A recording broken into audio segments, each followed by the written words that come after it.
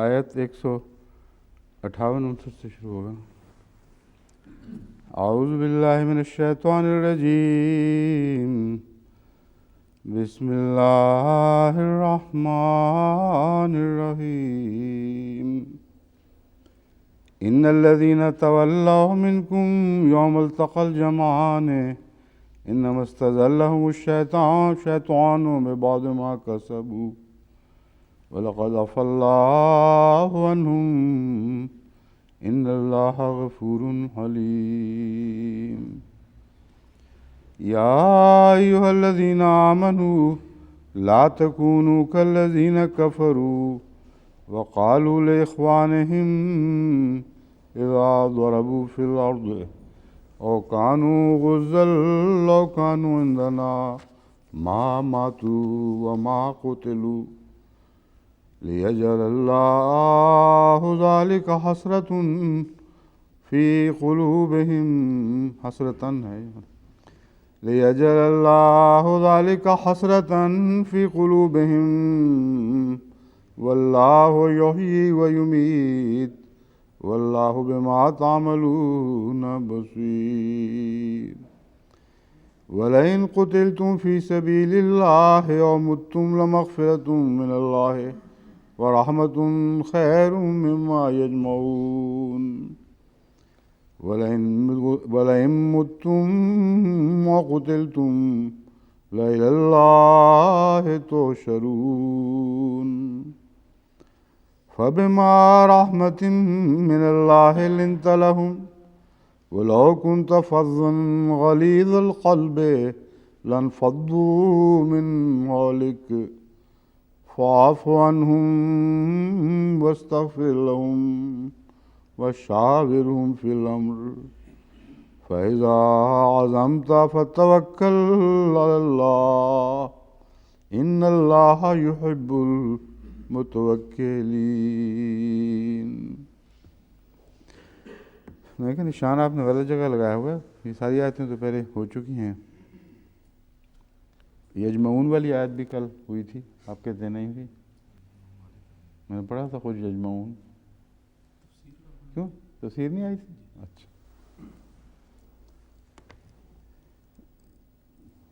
یہ آیات جو میں نے تلاوت کی ہیں ان میں سے اکثر آیات تو ایسی ہیں جن کا ترجمہ بھی پہلے پیش کیا جا چکا ہے اور تفسیر بھی ہو چکی ہے. مجھے بتایا گیا ہے کہ آج آیت 158 59 پر پہلے گفتگو ہوگی، پھر بعد میں 160 پر. وَلَئِن قُتِلْتُمْ فِي سَبِيلِ اللَّهِ أَوْ مُتُّمْ لَمَغْفِرَةٌ مِّنَ اللَّهِ وَرَحْمَةٌ خَيْرٌ مِّمَّا يَجْمَعُونَ. اور اگر تم اللہ کے راستے میں قتل کیے جاؤ یا مر جاؤ، لَمَغْفِرَةٌ مِّنَ اللَّهِ تو اللہ کی طرف سے مغفرت بھی ہے اور رحمت بھی ہے، جو بہتر ہے اس سے جو یہ جمع کرتے ہیں. وَلَئِن مُتُّمْ أَوْ قُتِلْتُمْ، اور یاد رکھو اگر تم مر جاؤ یا قتل کیے جاؤ، لَإِلَى اللَّهِ تُحْشَرُونَ تو ہر صورت میں اللہ ہی کی طرف لوٹائے جاؤ گے، اکٹھے کیے جاؤ گے. فَبِمَا رَحْمَةٍ مِّنَ اللَّهِ لِنتَ لَهُمْ، اور یہ اللہ کی خاص رحمت کے سبب سے ہے کہ تو ان پر مہربان ہے، ان کے لیے نرم گوشہ رکھتا ہے. وَلَوْ كُنْتَ فَظًّا غَلِيظَ الْقَلْبِ، اگر تو بد اخلاق ہوتا، بد مزاج ہوتا اور سخت دل ہوتا، لَانفَضُّوا مِنْ حَوْلِكَ یہ تجھے چھوڑ کر بکھر جاتے. فَاعْفُ عَنْهُمْ پس ان سے عفو کا سلوک کر، درگزر فرما. وَاسْتَغْفِرْ لَهُمْ اور انہیں بخش دے. وَشَاوِرْهُمْ فِي الْأَمْرِ اور ان سے اہم معاملات میں مشورہ کیا کر. فَإِذَا عَزَمْتَ فَتَوَكَّلْ عَلَى اللَّهِ بس جب تو فیصلہ کر لے، یعنی مشورہ کے باوجود فیصلہ تیرا ہوگا، جب تو فیصلہ کر لے تو پھر اللہ ہی پر توکل کر. ان اللہ یحب المتوکلین یقیناً اللہ تعالیٰ توکل کرنے والوں سے محبت کرتا ہے.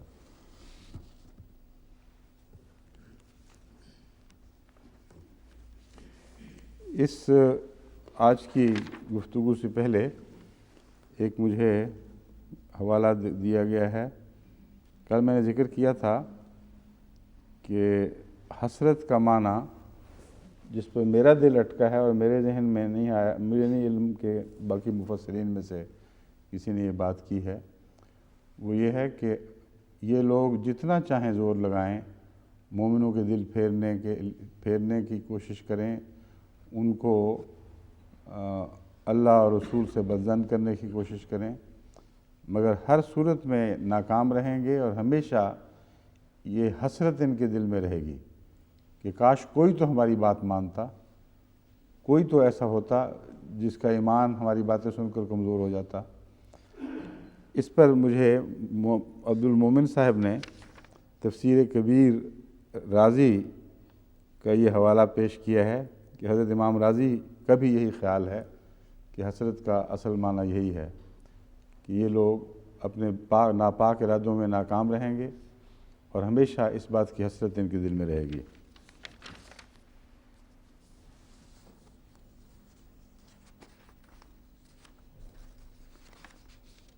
ان قتلتم فی سبیل اللہ و متتم لمغفرۃ من اللہ ورحمۃ خیر مما یجمعون۔ اگر تم اللہ کی راہ میں قتل کیے جاتے ہو یا مر جاؤ، لمغفرۃ من اللہ ورحمۃ خیر مما یجمعون، تو اللہ کی طرف سے مغفرت اور اس کی رحمت اس سے بہتر ہے جو وہ جمع کرتے ہیں۔ اس سلسلے میں جو لفظی بحثیں ہیں ان کی یہاں ضرورت نہیں ہے، کیونکہ وہ ساری پہلے گزر چکی ہیں اور بارہا گزر چکی ہیں۔ لفظ قتل کے متعلق کل بھی گفتگو ہو چکی ہے، اور صرف جو قابل توجہ امر ہے بعض مفسرین نے اٹھایا ہے وہ یہ ہے کہ یہاں قتلتم پہلے رکھا ہے اور متتم بعد میں رکھا ہے۔ لمغفرۃ من اللہ ورحمۃ خیر مما یجمعون، اس میں قتل کو پہلے کیوں کیا گیا ہے اور موت کو بعد میں کیوں رکھا گیا ہے؟ مفسرین کا خیال ہے کہ خدا کی راہ میں شہید ہونا چونکہ زیادہ بڑا مرتبہ ہے، اور مرتبے کی فضیلت کے اعتبار سے قتل کو پہلے کر لیا گیا ہے اور موت کو بعد میں رکھا گیا ہے۔ میرے خیال میں یہ درست یہ بات یہ بھی پیش نظر ہو سکتا ہے، لیکن اصل وجہ اور ہے، وہ یہ ہے کہ جنگ میں طبی موت مرنا تو ایک بہت بعید کی بات ہے، اور شہادت بدرجہ اولیٰ میسر آتی ہے۔ اس لیے جو اہمیت ہے وہ واقعاتی اہمیت ہے کہ جب خدا کی راہ میں جہاد کے لیے نکلے ہو تو ظاہر ہے کہ قتل کے لیے تیار ہو کے جا رہے ہو، اس لیے موت کا کوئی سوال نہیں ہے بظاہر، لیکن پھر موت کا ذکر کیوں کر دیا؟ اس لیے کہ اس سے پہلے ضربتم فی الارض میں دونوں صورتیں پیش فرمائی جا چکی ہیں، اور پچھلی آیت میں خدا تعالیٰ فرماتا ہے جب تم خدا کی راہ میں نکلتے ہو سفر کر، اور متتم کا الزام کہ اس غلطی کی وجہ سے تم نے موت قبول کی کہ رسول اللہ کے ساتھ سفر پر نکلے، یہ دشمنوں نے لگایا تھا، جس کا مطلب یہ ہے کہ بعض سفر میں شامل لوگ لڑائی کے بغیر بھی سفر کی مشقتوں کی برداشت نہ لا کر، مشقتوں سے مغلوب ہو کر وہ دم توڑتے رہے، اور بڑے بڑے سخت حالات مسلمانوں پہ ان سفروں میں پیش آئے ہیں۔ بس اسی پہلو سے ان کا بھی مرتبہ دراصل شہید ہی کا ہے، اور ان شہداء کے بعد جن کو قتل کے ذریعے شہید کیا گیا، ان شہداء کا ذکر فرمایا گیا ہے جو اللہ کی خاطر سفر میں کسی وجہ سے مارے گئے۔ یہی وجہ ہے کہ ہم ان مربیان اور واقفین زندگی کو بھی ایک قسم کا شہید شمار کرتے ہیں جو قتل نہ بھی کیے گئے ہوں، مگر اللہ کی راہ میں جب اس کی خاطر جہاد کے لیے دوسرے ملکوں میں گئے ہوں، لمبے سفر پر گئے ہوں، وہاں موت آ جائے تو اسی آیت سے استنباط کرتے ہوئے ان کو بھی ایک گناہ شہادت کا درجہ دیا جاتا ہے۔ اصل درجہ تو اللہ نے دینا ہے، مگر ہم یہ امید رکھتے ہیں کہ انہیں بھی اللہ تعالیٰ ان شہداء میں شمار فرمائے گا جن کا ذکر اس آیت کریمہ میں ملتا ہے، وَلَئِن قُتِلْتُمْ فِي سَبِيلِ اللَّهِ أَوْ مُتُّمْ لَمَغْفِرَةٌ مِّنَ اللَّهِ وَرَحْمَةٌ خَيْرٌ مِّمَّا يَجْمَعُونَ۔ اللہ کی طرف سے مغفرت اور رحمت اس سے بہتر ہے جو وہ جمع کرتے ہیں۔ یہاں مفسرین اکثر جمع کی بحث میں کی طرف زیادہ توجہ کر رہے ہیں، اور یہ بھی بحث اٹھائی گئی ہے کہ مغفرت کو پہلے رکھا گیا ہے، رحمت کو بعد میں رکھا گیا ہے، ان کا کیا جوڑ ہے، کس معاملے میں مغفرت ہے، کس بارے میں رحمت ہے۔ تو یہ جو بحثیں ہیں ان کو تفاسیر کے حوالے سے میں آپ کے سامنے رکھتا ہوں۔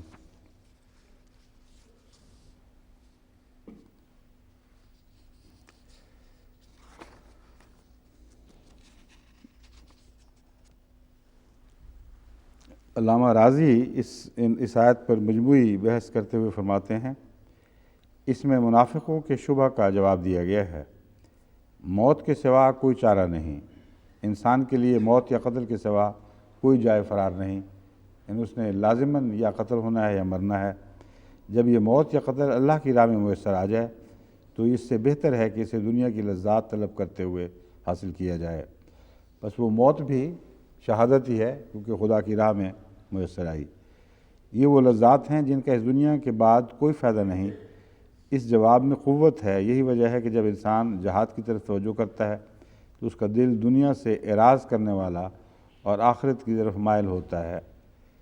جب مارا جاتا ہے تو گویا اس نے دشمن سے چھٹکارا حاصل کر لیا اور اسے محبوب کا وصال میسر آیا، اور وہ دوسرا شخص جب گھر میں بیٹھا ہے اسے مرنے کا خوف اور دنیا کی طلب فکر مند کیے ہوئے ہیں۔ جب وہ مر جاتا ہے تو گویا وہ اپنے معشوق سے دور کر دیا جاتا ہے، ان دنیا اور دنیا کی لذتیں گوشہ گمنامی میں ڈال دیا جاتا ہے۔ اب کچھ شک نہیں کہ پہلا شخص سعادت میں کامل اور دوسرا شخص شقاوت میں یعنی بدبختی میں کامل ہے۔ نافع، حمزہ، کسائی نے متم کو میم کی کسرہ کے ساتھ بھی پڑھا ہے، یعنی متم، اور دوسروں نے میم کی ضمہ سے بھی۔ یہ تو خیر ایک ضمنی گفتگو ہے، خاص توجہ کے لائق نہیں۔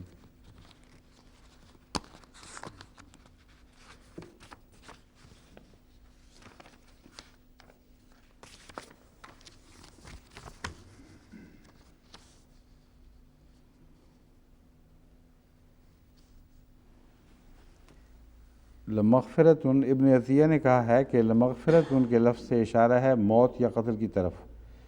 اس موت اور قتل کو مغفرت اس لیے کہا گیا ہے کہ یہ دونوں مغفرت سے وابستہ ہیں۔ امام راضی نے کہا ہے کہ مغفرت سے اس کی سزا کے خوف سے عبادت کرنا مراد ہے، اور رحمت سے حصول ثواب کی خاطر عبادت کی طرف اشارہ ہے۔ ابن عطیہ نے جو یہ فرمایا ہے کہ لمغفرت کے لفظ سے موت اور قتل دونوں کی طرف اشارہ ہے، یہ اس طرح نہیں کہ مغفرت کا قتل سے تعلق ہو اور رحمت کا موت سے، بلکہ دونوں لفظوں کا قتل سے بھی تعلق ہے اور موت سے بھی تعلق ہے اکٹھے۔ اور مغفرت کا قتل اور موت سے جو تعلق ہے وہ پوری وضاحت نہیں کی، لیکن بات یہ وہ بیان فرما رہے ہیں کہ جب انسان قتل ہو یا مرے تو سب سے پہلا سوال اس کے لیے مغفرت کا اٹھتا ہے۔ اگر مغفرت ہی نہ ہو تو پھر رحمت کا کیا سوال ہے؟ اور سب سے زیادہ اہم مسئلہ مرنے کے بعد مغفرت کا اٹھے گا، تو اللہ تعالیٰ نے دونوں کی مغفرت کا وعدہ فرما دیا کہ اس راہ میں خواہ تم قتل کے ذریعے مرو یا طبی موت مر جاؤ، دونوں صورتوں میں میں تم سے مغفرت کا وعدہ کرتا ہوں، تمہارے گناہ بخشے جائیں گے۔ لیکن اس سے زیادہ رحمت ہے، اس کے بعد پھر رحمت کا لامتناہی مضمون ہے، اس کی کوئی حد ہی نہیں ہے۔ امام راضی نے اس کا یہ مطلب لیا ہے کہ مغفرت کا ذکر سزا کے خوف سے عبادت کرنا مراد ہے۔ بظاہر اس آیت میں یہ مضمون پیش نظر دکھائی نہیں دے رہا، کیونکہ یہاں عبادت کی بحث ہی نہیں ہے، یہاں تو جہاد کی بات ہو رہی ہے۔ وہ کہتے ہیں دو ہی قسم کے لوگ ہیں، ایک وہ جو عبادت مغفرت کے خوف سے کرتے ہیں، ان کی جزا مغفرت ہے، اور کچھ وہ ہیں جو رضائے الہی کے حصول کے لیے عبادت کرتے ہیں، ان کی جزا رحمت ہے۔ یہ اپنی جگہ مضمون اچھا ہے، مگر یہ دراصل امام راضی نہیں ہے یہاں، یہ تو میں بھی حیران تھا امام راضی، مگر منسوب امام راضی کی طرف کیا گیا ہے۔ تفسیر بحر المحیط ابی الحیان اندلسی کا حوالہ ہے۔ بہرحال کہیں کسی تفسیر سے لیا گیا ہو، انہوں نے امام راضی کی طرف منسوب کیا ہے۔ یہ سمجھ نہیں آئی کہ پھر امام راضی کی اپنی تفسیر میں کیوں اس کا ذکر نہیں۔ یہ حوالہ نکالنے والے نے کچھ کہیں کوئی کوتاہی کی ہے۔ ہمارے پاس ہے امام راضی، ہم آج بھی دیکھ رہے تھے، تو چیک کریں اس کو دوبارہ اس آیت کے متعلق۔ تفسیر القاسمی میں لکھا ہے پہلی آیت میں قتل کا موت کو مقدم رکھا کیونکہ یہ زیادہ ثواب والا اور اللہ کے نزدیک زیادہ عظیم مرتبہ رکھتا ہے، اور مغفرت اور رحمت کا اس پر زیادہ انحصار ہے۔ دوسری آیت میں موت کو مقدم کیا کیونکہ یہ کثرت سے ہوتی ہے۔ اس آیت میں اللہ تعالیٰ نے نصیحت فرمائی ہے کہ حکم الہی اور جنگ سے تم مت فرار ہو، بلکہ اس کی پکڑ اور اس کے دردناک عذاب سے فرار اختیار کرو۔ اب ان باتوں سے متعلق جو ابھی آپ کے سامنے رکھی گئی ہیں، قابل توجہ بات یہ ہے کہ قتل کا ذکر پہلے اور موت کا بعد میں، یہ تو میں پہلے بیان کر چکا ہوں۔ مغفرت کا تعلق قتل سے ہے اور رحمت کا تعلق بھی قتل سے ہے، اسی طرح موت سے بھی ان دونوں کا تعلق ہے، یہ بات بھی کھل گئی۔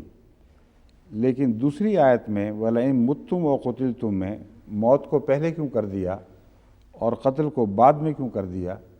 اس لیے کہ پہلی آیت خاص ہے شہداء کے لیے، اللہ کی خاطر جہاد میں شرکت کی غرض سے سفر کرنے والے یا جہاد میں شرکت کے نتیجے میں شہید ہو جانے والوں کا ذکر ہے۔ وَلَئِن قُتِلْتُم فِي سَبِيلِ اللَّهِ، اور دوسری آیت میں سبیل اللہ کا ذکر نہیں ہے، وہ عام ہے، اور عام حالات میں موت کا وارد ہونا ایک طبی امر ہے جو غیر معمولی طور پر زیادہ لوگوں پر چسپاں ہوتی ہے، اور قتل شاذ ہوتا ہے۔ تو جہاد میں قتل اکثر ہوتا ہے اور موت شاذ ہوتی ہے، اس لیے اللہ تعالیٰ نے اس نسبت سے بڑی فصاحت و بلاغت کے ساتھ اس ترتیب کو دوسرے موقع پر بدل دیا جہاں عام انسانوں کا ذکر چل رہا ہے۔ فرمایا وَلَئِن مُتُّمْ وَقُتِلْتُم، یہاں سب انسان بحیثیت انسان مخاطب ہیں، وہ جو موت سے ڈرتے اور ڈراتے تھے ان کو کہا جا رہا ہے کہ خواہ کسی طرح بھی تم مرو، قتل ہو یا مارے جاؤ، یہ یاد رکھنا کہ پہنچو گے وہیں جہاں تم نے بالآخر پہنچنا ہے، اور اللہ ہی کے حضور سب اکٹھے کیے جاؤ گے۔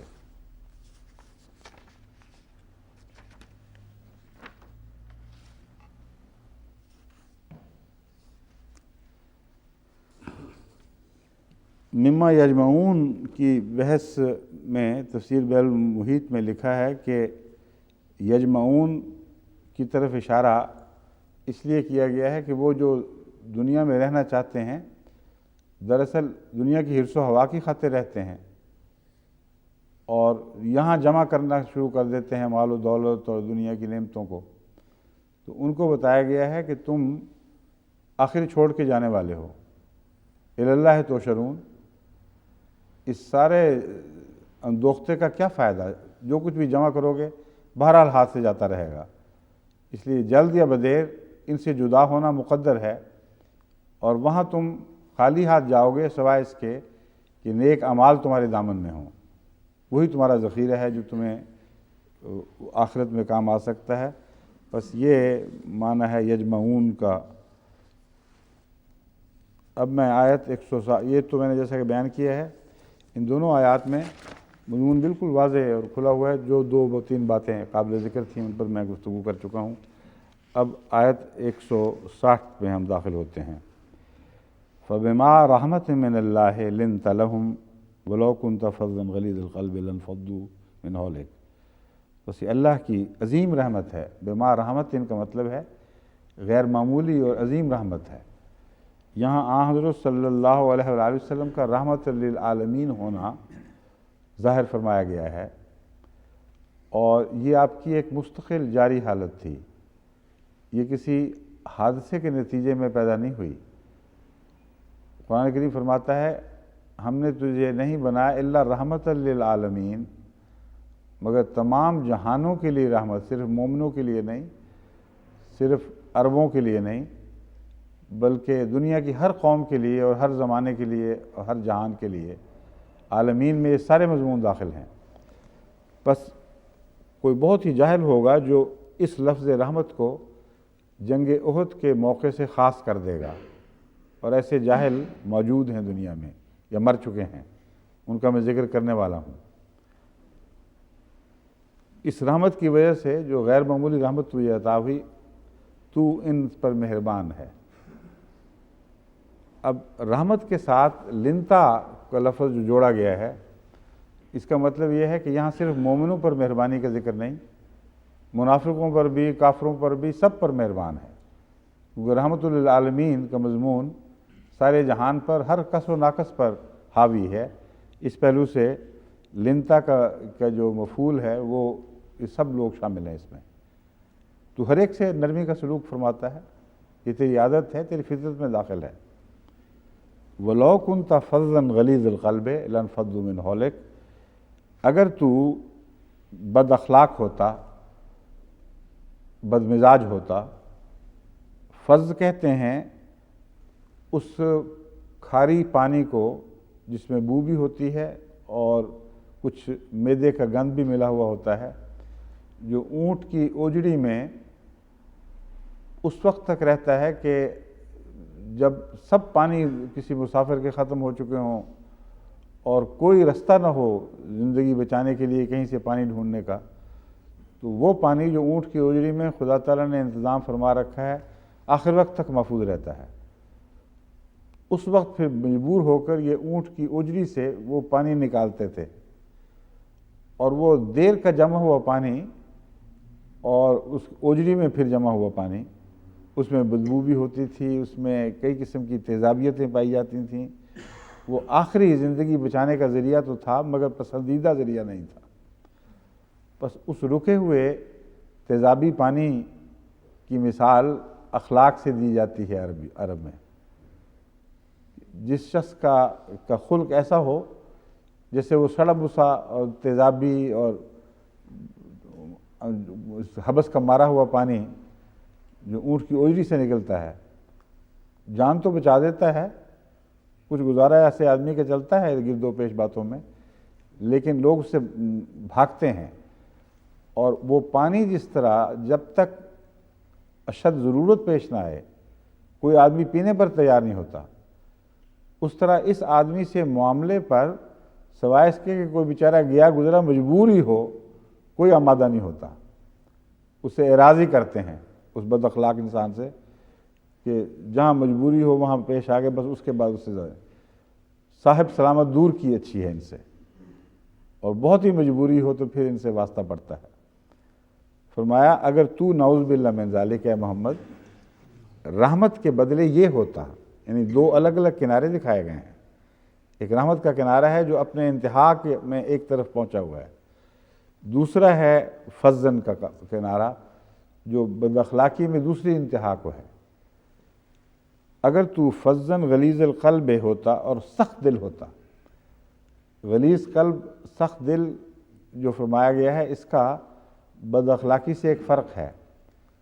بعض قومیں مزاج کی سخت ہوتی ہیں، ان کے بااخلاق بھی سخت دل ہوتے ہیں، اور بعض قومیں مزاج کی نرم ہوتی ہیں، ان میں بعض سخت دل بھی بد اخلاق بھی مل جاتے ہیں، دل کی نرم ہوتی ہیں قومیں مگر، اور خوش اخلاق بھی اکثر ملتے ہیں۔ تو آپ جانتے ہیں دنیا میں کئی قومیں ہیں جو پتھریلے علاقوں میں رہنے والی اور اسی طرح ریگستانوں میں سخت زندگی کا بسر کرنے والی، جن کے دلوں میں سختی موجود ہے۔ تو فرمایا اگر تو یا بد اخلاق ہوتا یا دل کی سختی تجھ میں پائی جاتی، باوجود اس کے کہ بظاہر ایک سخت دل قوم سے تیرا تعلق ہے. یعنی اہل عرب شدید تھے اپنی دشمنیوں میں بھی، اپنے جذبات میں بھی، ان کے دلوں میں ایک خاص قسم کی سختی پائی جاتی تھی، تو پھر یہ تجھ سے دور بھاگ جاتے. اب سوال ایک یہ اٹھتا ہے کہ رحمت کے مقابل پر اتنی دور کی بات کیوں فرمائی گئی؟ یہ کیوں نہ کہہ دیا کہ اگر تو رحمت تجھ میں نہ ہوتی؟ بات یہ ہے کہ آن حضرت صلی اللہ علیہ وآلہ وسلم کے ساتھ تعلق کی وجہ محض اخلاق نہیں تھی، بلکہ آپ میں دوسری خوبیاں، انسانی خوبیاں اور علمی خوبیاں اور تقویٰ کی دوسری خوبیاں اتنی زیادہ اور کثرت سے پائی جاتی تھیں کہ کوئی اتنا ہی بد اخلاق ہوتا تو لوگ اس سے بھاگتے، ورنہ نہیں بھاگ سکتے تھے. یعنی حضرت محمد رسول اللہ صلی اللہ علیہ وآلہ وسلم میں جو جاذبیت پائی جاتی تھی ہر طرف سے، وہ اتنی شدید تھی کہ کسی کے بھاگنے کا سوال ہی نہیں تھا. فرمایا ایک ہی صورت بھاگنے کی ہو سکتی تھی کہ تو اخلاق میں اتنا سخت ہوتا اور کہ لوگ جس عام آدمی سے متنفر ہو کر دور ہٹ جاتے ہیں، اور پھر دل بھی تیرا سخت ہوتا، تب جا کر کہیں یہ بیچارے تجھ سے الگ ہوتے. مگر اس کے برعکس تو رحمت میں مجسم ہے، ہر عالم کل عالم کے لیے رحمت ہے، اور ہمیشہ ان پر جھکا رہتا ہے. اس لیے تجھ سے بھاگ کیسا سکتے ہیں؟ یہ مضمون بعض بدبختوں نے بالکل اور طرح سمجھا ہے، میں اس کا ذکر بعد میں کروں گا.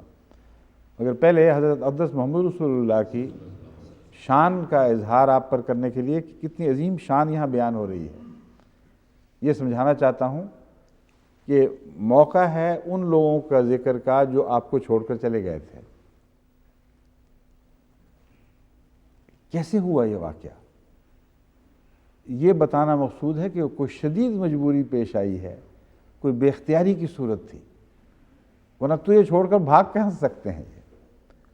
تو مجسم رحمت، تو مجسم خلق، تجھ میں ادنا اخلاق کا شائبہ بھی نہیں پایا جاتا، اور دل کا ہمیشہ سے نرم ہے. تو تجھ جیسے انسان کو چھوڑنا کوئی آسان بات نہیں ہے. ان کی بے اختیاری کا نقشہ ہے جو کھینچا جا رہا ہے. فاعف عنہم واستغفر لہم. اس کے بعد طبعاً یہ نتیجہ نکلتا ہے کہ پس ان سے رحم بخشش کا سلوک فرما. کوئی بہت بڑی بدبختی نہیں کی گئی، حالات ایسے پیش آ گئے تھے کہ مجبوراً بیچاروں کے پاؤں اکھڑے ہیں، اور ریلوں میں ایسا ہو جایا کرتا ہے بعض دفعہ. تجھ سے بے رغبتی کا کوئی سوال نہیں تھا، تیری ناقدری کا کوئی سوال نہیں تھا. اگر یہ ہوتا تو اس تمہید کے بعد یہ آ ہی نہیں سکتا تھا فاعف عنہم واستغفر لہم. کتنا تضاد ہے ان دو باتوں میں، یہ نتیجہ نکل ہی نہیں سکتا. ایک طرف یہ فرمایا جا رہا ہو کہ تو ایسا ہے، اور اس کے بعد یہ کہا جا رہا ہو کہ انہوں نے تیری قدر نہیں کی، تجھے نہیں پہچانا، ان سب باتوں کے باوجود عمدن تجھے چھوڑا ہے، اس لیے تو ان سے مغفرت کر. یہ ہو ہی نہیں سکتا. ایسی نامعقول بات کسی شیعہ مصنف کے دماغ میں تو آ سکتی ہے، یا عیسائی ویری کے دماغ میں تو آ سکتی ہے. کسی شریف النفس معقول انسان کے ذہن میں اس بات کے داخل ہونے کی گنجائش ہی نہیں اس آیت نے چھوڑی. مگر آیت پہ غور نہیں کرتے، اپنے نفس کے بغض اچھالنے کے لیے ان آیتوں کو بہانہ بنا رکھا ہے. اب میں بعد میں اس طرف پھر آؤں گا، اس مزید اس آیت کے ذکر میں بتاتا ہوں. فاعف عنہم واستغفر لہم. فاعفو کا ایک مطلب ہے بالکل تختی صاف کر دے، دھو ڈال، کوئی نشان باقی نہ رکھ. افت الدیار محلھا و مقامھا. جس طرح بعض شہر مٹ جاتے ہیں، ان کا کوئی نشان باقی نہیں رہتا. اس لیے ان کے متعلق کسی قسم کی رنجش کا کوئی پہلو بھی دل پہ باقی نہ چھوڑ. یہ تیرے عشاق ہیں، اس کے سوا کچھ ہو نہیں سکتے. اور جو غلطی ہوئی ہے ان سے اللہ کے سے ان کی بخشش طلب کر. فاغفر لہم نہیں ہے، واستغفر لہم. یعنی تو نے تو معاف کر دیا، لیکن اللہ سے بھی بخشش مانگ. کیونکہ واقعہ آخرکار واقعہ بڑا تھا۔ محمد رسول اللہ کو اکیلے چھوڑ دینا خواہ کتنی ہی مجبوری کی پیش نظر ہو اپنی ذات میں ایک بہت بڑا واقعہ ہے، اور جن پر سے یہ گزرا ہے ان کے دل جانتے ہوں گے اور مدت تک ترستے ہوں گے اس بات پر کہ کاش ہم نہ ہوتے۔ تو ان کی تسلی کے لیے یہ آیت رکھی گئی ہے کہ تیرا دل تو صاف ہو جائے گا، تو کر دے گا، تیری تو عادت یہ ہے، لیکن اللہ سے بخشش طلب کر ورنہ ان کے دل کو سکون نصیب نہیں ہوگا۔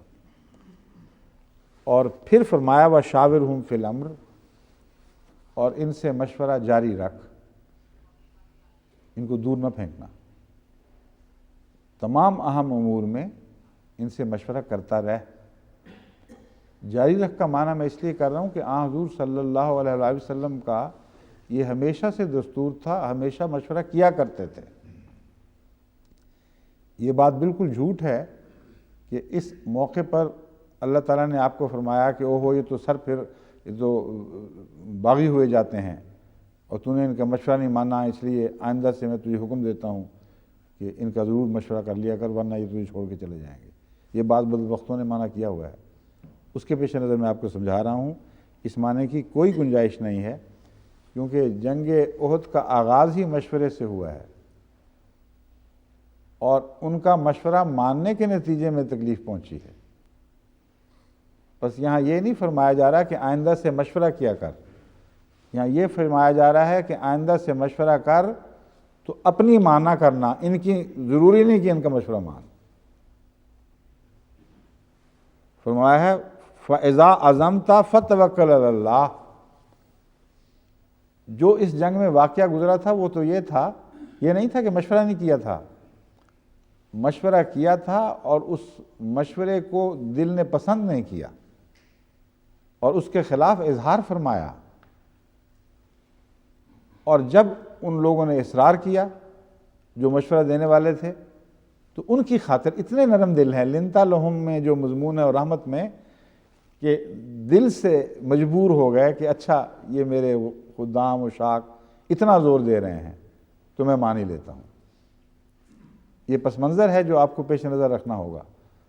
واقعہ یہ ہے کہ جو لوگ جنگ بدر میں شریک نہیں ہو سکے تھے، اور بہت سے نوجوان ایسے تھے جو بعد میں ابھرے ہیں اور باہر سے آ کر شامل ہوئے ہیں، نئے مسلمان ہوئے ہیں، وہ جنگ بدر کے واقعات سنتے تھے تو سخت دل ان کا چاہتا تھا کہ ہم بھی لڑیں۔ جب احد جس دن احد کی لڑائی ہوئی ہے اس سے پہلی رات مشورے ہو رہے تھے کہ ہم مدینہ میں قلعہ بند ہو کے لڑیں یا مدینے سے باہر نکل کر احد کے میدان میں دشمن سے ٹکرائیں۔ اس وقت بعض صحابہ جو جیسا کہ میں نے بیان کیا ہے زور دیتے تھے باہر نکل کے لڑیں۔ آن حضرت صلی اللہ علیہ وآلہ وسلم اور آپ کے بعض صحابہ اس کے خلاف تھے اور سمجھتے تھے کہ اس موقع پر بہترین دفاع قلعہ بند ہونے میں ہی ہے۔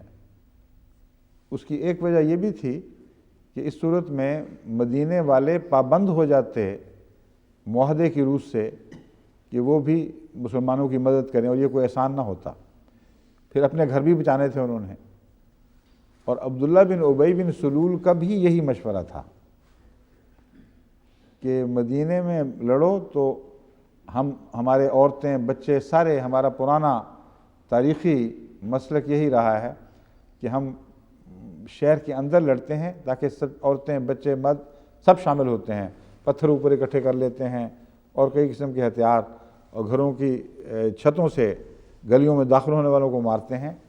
اور عبداللہ بن ابی بن سلول کہتا تھا کہ کبھی مدینے کو شکست نہیں ہوئی، جب اہل مدینہ نے مدینہ کے اندر لڑائی کی ہے کبھی آج تک تاریخ میں ان کو شکست نہیں ہوئی۔ بس یہ الگ بات ہے کہ اس کا بھی یہی مشورہ تھا، مگر یہاں آن حضرت صلی اللہ علیہ وآلہ وسلم کے صاحب الرائے ہونے کی طرف انگلی کی طرف کا اشارہ فرمایا گیا ہے یا واضح کیا گیا اس بات کو کہ تو نے مشورہ کیا ٹھیک ہے اور ان کی بات مان لی نرم دلی سے، لیکن اس واقعہ کے بعد ہم تجھ سے یہ حکم دیتے ہیں فَإِذَا عَزَمْتَ فَتَوَكَّلْ عَلَى اللَّهِ، فیصلہ تو نے خود کرنا ہے آخر پر، اور جب تو فیصلہ کر لے تو لوگوں پر نہیں بلکہ اللہ پر توکل ہوگا، کیونکہ اللہ کے حکم کے تابع تو فیصلہ کر رہا ہے۔ اور یہ جو ہے امر کا معاملہ، یہ یہاں حل ہو گیا۔ جو اس سے پہلے ذکر ہو رہا تھا ہمارے پاس کوئی امر ہے کہ نہیں، جواب تھا تو کہہ دے الامر کلہ للہ، امر تو سارے کا سارا اللہ کے ہاتھ میں ہے۔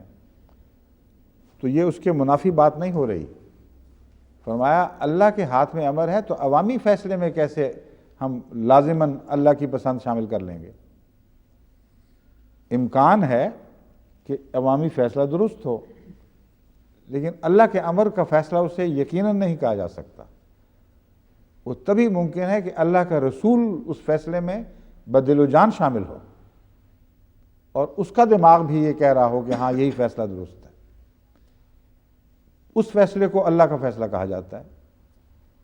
بس اگر سارے ایک طرف رہ جائیں اور رسول کا فیصلہ دوسری طرف ہو تو اللہ فرماتا ہے امر اللہ کی خاطر، کیونکہ امر اللہ کا ہے اور تو مجاز بنایا گیا ہے، ان کے فیصلے کو ترک کر دے اور کوئی پرواہ نہ کر، پھر اللہ پر توکل کر۔ یہ تیرے کسی کام نہیں آئیں گے مگر اللہ تیرے کام آئے گا، اور اس کی خاطر جو تو فیصلے کرے گا وہ لازماً ان کی تائید میں تیری پشت پر کھڑا ہوگا۔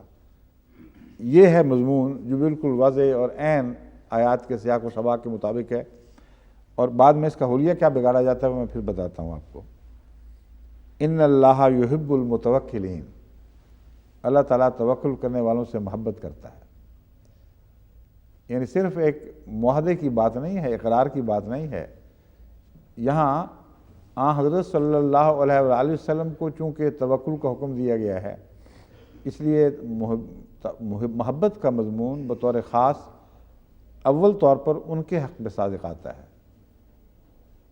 فرمایا ہے تو جب فیصلہ کرنے والا ہو اللہ کی خاطر، اور جب تو توکل کرے تو پھر صرف یہ بات نہیں ہے کہ تو نے ایک ہدایت پر عمل کرتے ہوئے کام کیا ہے، تو میرا محبوب ہے۔ محبوب کو کون چھوڑا کرتا ہے؟ اس لیے صرف توکل کی بحث نہیں ہے، اللہ توکل کرنے والوں سے محبت کرتا ہے، خاص طور پر توکل کرنے والوں کے سردار سے محبت کرتا ہے، کیونکہ یہاں پہلے واحد کا صیغہ استعمال ہوا ہے، توکلوا نہیں فرمایا گیا۔ اس لیے اگرچہ جماعت کا ذکر ہے مگر اول طور پر متوکل وہ مراد ہے جس کو یہ فرمایا گیا فَإِذَا عَزَمْتَ فَتَوَكَّلْ عَلَى اللَّهِ، اے محمد تو جب یہ فیصلہ کرے، کوئی مشورہ سن لے، درست ہے، فیصلہ تیرا ہوگا، جب تو فیصلہ کر لے تو تو اللہ پر توکل کر۔ اس لیے متوکلین کی محبت میں سر فہرست وہ ہے، وہ وجود ہے جس کو واحد کے صیغہ میں توکل کی تعلیم دی جا رہی ہے۔ اب ہم اس آیت کی تفصیل میں داخل ہوتے ہیں۔ وقت کے لحاظ سے آج بھی کچھ منٹ زیادہ رکھے گئے ہیں یا اتنا ہی ہے جتنا 1.5 گھنٹے کا روز ہوتا ہے؟ 15 منٹ زائد ہے نا، تو تھوڑے چند منٹ جو لیٹ آئے تھے اس کی کسر نکل جائے گی انشاءاللہ۔ ہاں، لن تھا اقرب الموارد المنجد سے، اس کی جو لغاتی بحث ہے وہ یہ ہے لان لہو و لاتفہ یقالو لائن اصحابک ولا تخاشنہم، کہ تو نرم گوشہ رکھ اپنے دل میں کسی کے لیے، اپنے ساتھیوں کے لیے۔ بس لانا کا مفہوم مختلف طریق پر انہوں نے چھیڑا ہے، سب کا میں قدر مشترک وہی ہے کہ کسی سے نرمی کا سلوک کرنا، ملاطفت کا سلوک کرنا، نرم دلی سے پیش آنا۔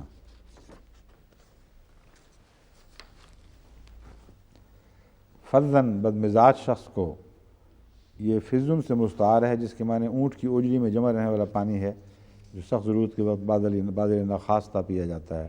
یہ مفردات امام راغب اس کا پہلے میں ذکر کر چکا ہوں۔ غلظ علی، سخت ہونا، مضبوط ہونا۔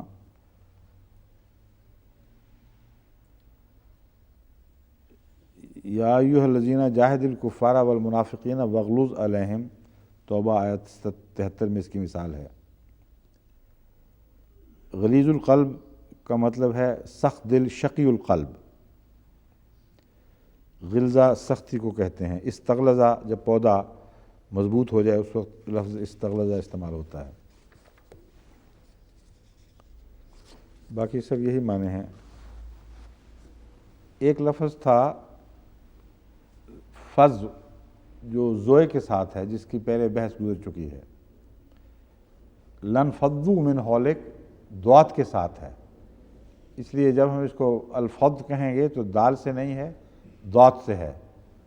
اور بعض لوگ اس کو زوئے کی طرح ہی پڑھتے ہیں، اس لیے میں فرق بتانا چاہتا ہوں. خوب پہلے ہے فبما رحمت من اللہ لنت لہم ولو کنت فظا غلیظ القلب. زوئے کو جب ادا کیا جاتا ہے تو زبان تھوڑی سی دانتوں سے آگے نکلتی ہے، اور اس طرح زوئے کی آواز صحیح مخرج سے ادا ہوتی ہے. اور ضاد میں زبان ذرا سا بل کھا کر بائیں طرف ہٹتی ہے، اور دال اور زال کے درمیان کی آواز نکلتی ہے، ضاد جس طرح یہ کہا جاتا ہے. اس پر پوری طرح مجھے عبور نہیں ہے، اس لیے عرب جب یہ سنیں تو میں ان سے معافی چاہتا ہوں، مگر قریب ترین جو میں آواز نکال سکتا ہوں وہ یہ ہے آپ کو سمجھانے کے لیے. یہاں ضاد آیا ہے. انفض الفض کسی چیز کو توڑنا اور ریزہ ریزہ کرنا. فض ختم الکتاب خط کی مہر کو توڑنا کہ وہ پارا پارا ہو کر بکھر جائے. اور فضہ چاندی کو بھی کہتے ہیں. انفض القوموں کا محاورہ چلا ہے امام راغب کے مطابق، جس کے معنی ہے متفرق اور منتشر ہو جانا. لیکن یہی مضمون جب صلہ بدل جائے تو اور معنی پیدا کر دیتا ہے. وَإِذَا رَأَوْا تِجَارَةً اور لَهْوًا انفضوا إِلَيْهَا وَتَرَكُوكَ قَائِمًا. سورہ جمعہ میں اللہ تعالیٰ فرماتا ہے یہ لوگ جب تجارت کو دیکھتے ہیں یا کچھ کھیل کود کی بات کو تو تجھے چھوڑ دیتے ہیں کھڑا ہوا خدا کے حضور، یا خطبہ دیتے ہوئے، جو بھی شکل ہے. اصل میں عبادت کے وقت نہیں ہے، خطبہ کے وقت مراد ہے جو روایات ملتی ہیں. لن فضو من حولک، اور من حولک کا تجھ سے فدو ہو جاتے ہیں، مطلب یہ ہے کہ تجھ سے بکھر کر دوسری طرف دوڑ پڑتے ہیں. جدا تجھ سے جدا ہو کر دوسری طرف جوڑنا، حالانکہ وہاں مجتمع ہو رہے ہیں. تو بظاہر فض کا اصل بنیادی مفہوم وہاں شامل نظر نہیں آتا. اس کا تو مطلب ہے بکھر جانا. تو جب من کا یا من ہو کہا جائے اس سے بکھر جانا تو مراد یہ ہے کہ اس سے پراگندہ ہو جاتے ہیں، اس اجتماع کو چھوڑ دیتے ہیں اور کسی اور جگہ جا کے جمعیت اختیار کر لیتے ہیں.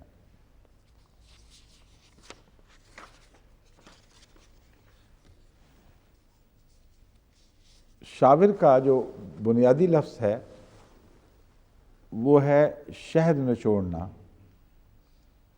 شاورہم فی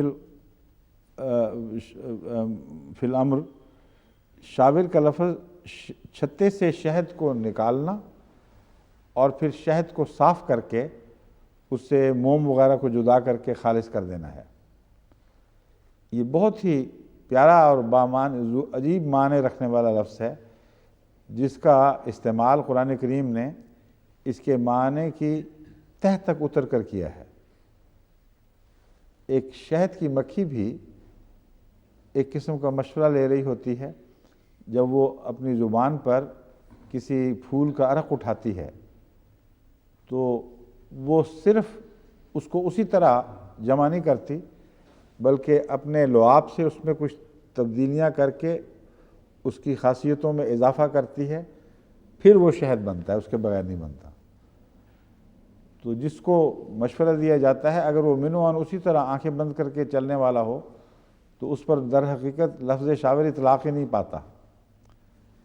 اس میں مشورہ لینے والے کا عمل دخل لازماً ہونا چاہیے.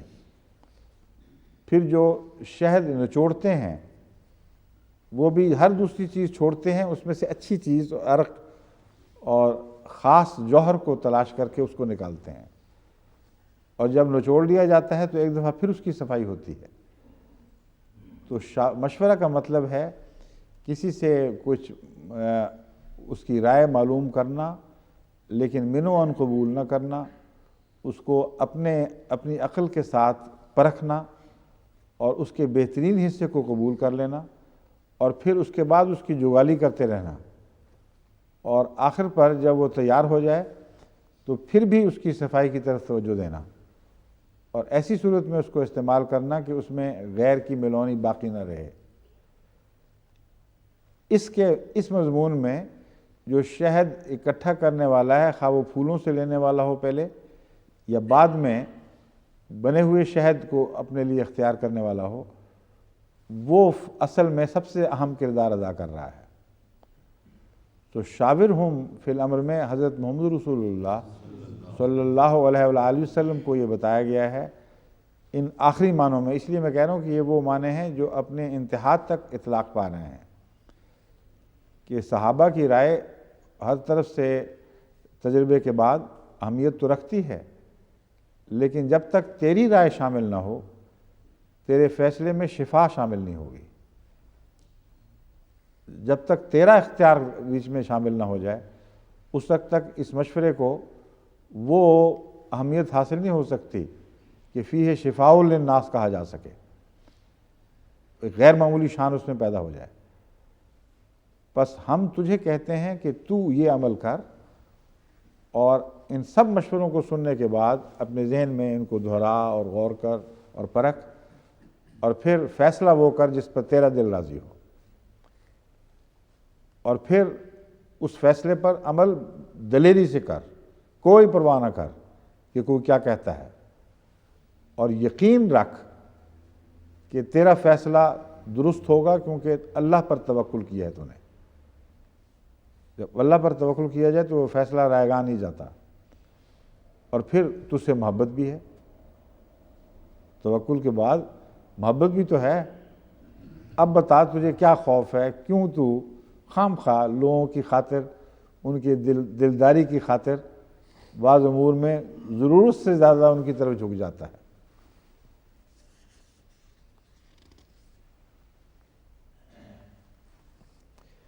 شاورہم کے متعلق ایک نور العرفان کتاب صفحہ 111 پر لکھا ہے کہ یہ حضرت ابن عباس کی روایت ہے، حضرت ابو بکر اور عمر کے بارے میں نازل ہوئی۔ یہ اس طرح ہی ہے جیسے بعض شیعہ روایتیں اپنے متعلق بنائی جاتے ہیں کہ یہ حضرت علی کے متعلق نازل ہوئی، یہ فلاں کے متعلق نازل ہوئی۔ یہ قرآن کو بے وجہ محدود کرنے والی باتیں ہیں، یہ سب اختلافی باتیں ہیں۔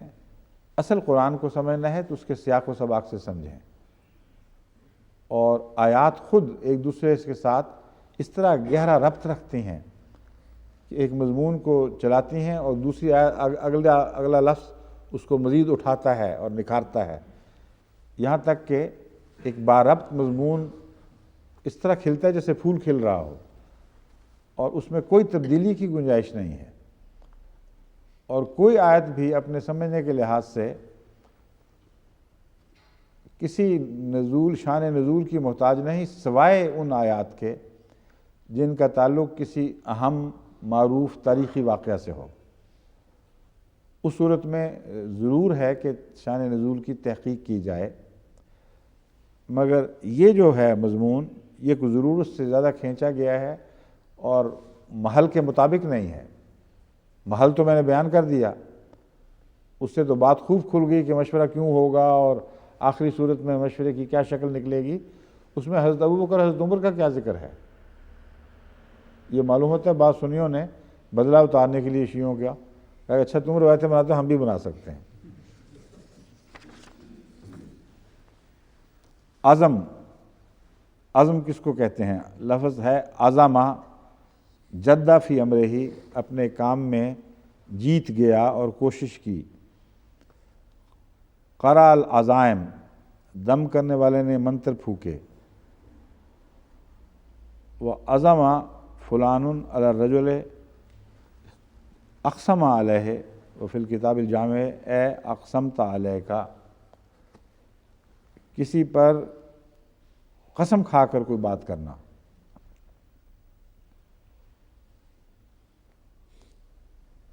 کہ وہ ضرور ہی کام کرے گا۔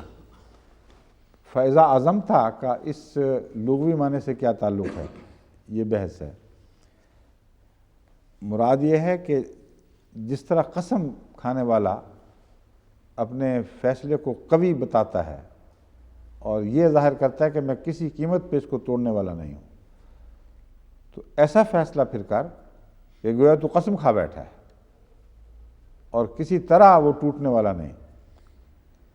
ایک تو فیصلہ رسول کا، اور پھر وہ بھی ایسا جیسے قسم کھا بیٹھا ہو، اس کے کسی ٹوٹنے یا بدلنے کا کوئی سوال ہی پیدا نہیں ہوتا۔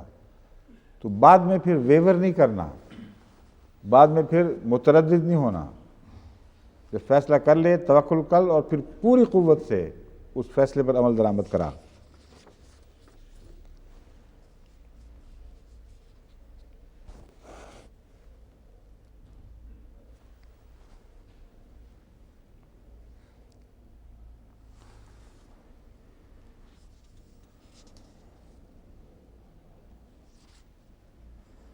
باقی ساری جو ہیں نا بحثیں وہ انہی مضامین کے گرد گھوم رہی ہیں جو میں بیان کر چکا ہوں۔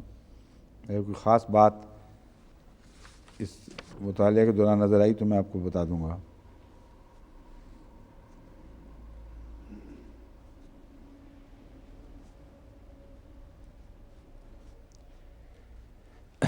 بعض کہتے ہیں کہ شاورہم کی ضرورت کیا ہے؟ جب نبی کا خدا سے تعلق ہے اور اس سے رہنمائی حاصل کرتا ہے تو شاورہم کی ضرورت ہی کیا تھی، اس بحث کو کیوں چھیڑا گیا ہے؟ تو اس پر ایک دلچسپ بات امام شافعی نے یہ لکھی ہے۔ ان کے مسلک میں کنواری سے مشورہ لینا اس کی شادی کے متعلق یوں ہی دلداری کی خاطر ہے، اس کی کوئی اہمیت نہیں ہے۔ تو انہوں نے یہ فقہی مسئلہ بھی ساتھ حل کر لیا۔ کہتے ہیں یہاں بھی ویسا ہی معاملہ ہے کہ جس کو پنجابی میں پوچا پاچی کہتے ہیں، اوپر سے دلداری کے لیے بات کر لے، ویسے مشورہ کوئی نہیں، ضرورت کوئی نہیں ہے، یہ درست نہیں ہے۔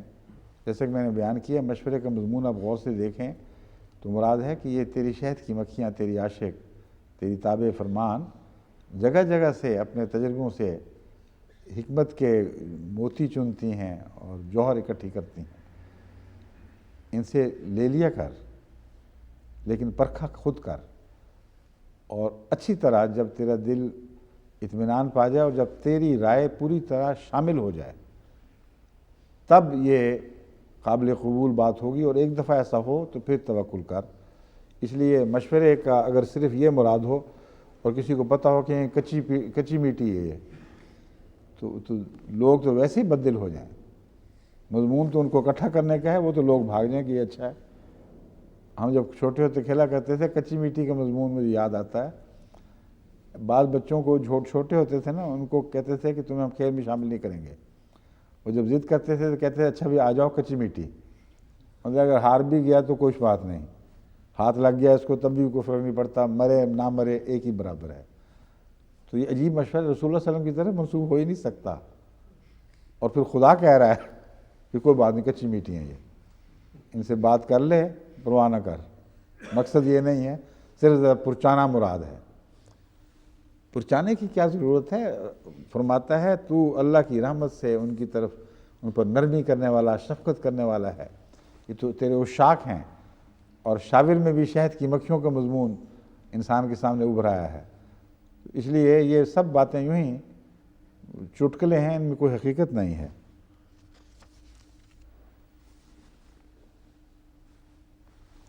کہتے ہیں مقاتل قتادہ صاحب فرماتے ہیں کہ یہ امر عربوں کی وجہ سے تھا، کیونکہ عرب سرداروں سے جب مشورہ نہیں لیا جاتا تھا تو یہ امر ان پر گراں گزرتا تھا، تو ان کی دلجوئی کی خاطر یہ فیصلہ ہوا ہے۔ تعجب ہے کہ یہ رسول اللہ صلی اللہ علیہ وسلم نے یہ چھوڑا کب تھا؟ موقع کون سا ہے یہ کہنے کا؟ آپ نے تو مشورہ کیا اور بار بار مشورہ کیا اور مشورہ قبول کر لیا، اور اس قبول کرنے میں کچھ ایسے خطرات شامل ہو گئے جن کی پیش بندی آپ نے فرمائی، لیکن بعض لوگوں کی غلطی سے وہ جو اس میدان میں جانے کے خطرے تھے وہ حقیقی بن گئے۔ یعنی اگر وہ درے پر حضرت صلی اللہ علیہ وآلہ وسلم 50 تیر اندازوں کو معمور نہ فرماتے تو باہر نکلنے کا فیصلہ بڑا غلط تھا. پھر وہ خطرے کا مقام تھا، آپ نے اپنی عظیم فراست سے پہچان لیا اور اس خطرے کو بند کر دیا، اس کی راہ بند کر دی. تو جو نقصان پہنچا وہ تو مشورہ مان کر ہوا ہے. اب یہ اللہ تعالیٰ کیسے فرما سکتا ہے کہ پھر بھی مشورہ کر؟ پوری طرح نہیں، ابھی نعوذ باللہ من ذالک نقصان ہوا، مزید مشورے کر. یہ معنی ہے کہ مشورے کر لیکن مان اپنی، غور کے بعد اچھی بات مل جائے تو بے شک قبول کر، لیکن نرمی اور شفقت اور رحمت کی وجہ سے دلداری کی خاطر ان لوگوں کی بات مان لینا، آئندہ سے تو اس سے پرہیز فرما، یہ کام نہیں پھر کرنا. اختیار آپ سے لے کر دوسروں کو نہیں دیا جا رہا، دوسروں سے لے کر آپ کو دیا جا رہا ہے، جس کا بالکل برعکس مضمون بعض مستشرقین اور بعض دوسرے ظالم سمجھے ہیں.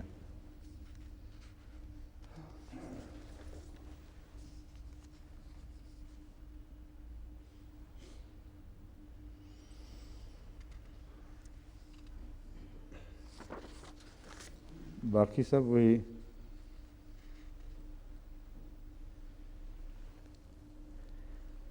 امام راضی کہتے ہیں فظ اور غلیظ القلب میں فرق کیا ہے؟ کہتے ہیں فظ جو ہے وہ بد اخلاقی کو ظاہر کرتا ہے اور غلیظ القلب دل کی ایک مستقل سختی کی حالت کو ظاہر کرتا ہے. یہ میں پہلے ہی گفتگو کر چکا ہوں.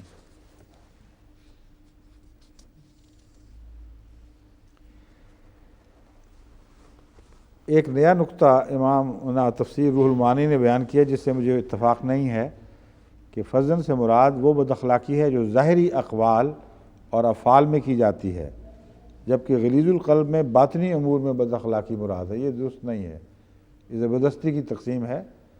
حضرت امام راضی والی بات ہی درست ہے کہ دل کی سختی ایک مستقل حالت کا نام ہے اور بعض قوموں میں پائی جاتی ہے، اور جو اخلاق کی خرابی اور بدمزاجی جو ہے یہ ایک عام حالت ہے جو کسی جگہ بھی پائی جا سکتی ہے، عارضی بھی ہے، مستقل بھی بن سکتی ہے.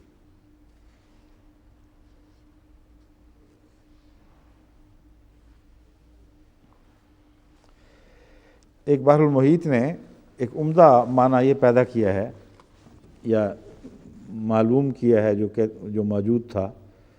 وہ کہتے ہیں فاعف عنہم واستغفر لہم کے بعد شاورہم بہت ہی برمحل کلام ہے، کیونکہ وہ لوگ جن سے حضرت اقدس محمد رسول اللہ کا دل پوری طرح صاف ہو چکا ہو اور ان کے لیے بخشش کی دعا مانگ چکے ہوں، ان میں مشورہ دینے کی اہلیت پیدا ہو جاتی ہے.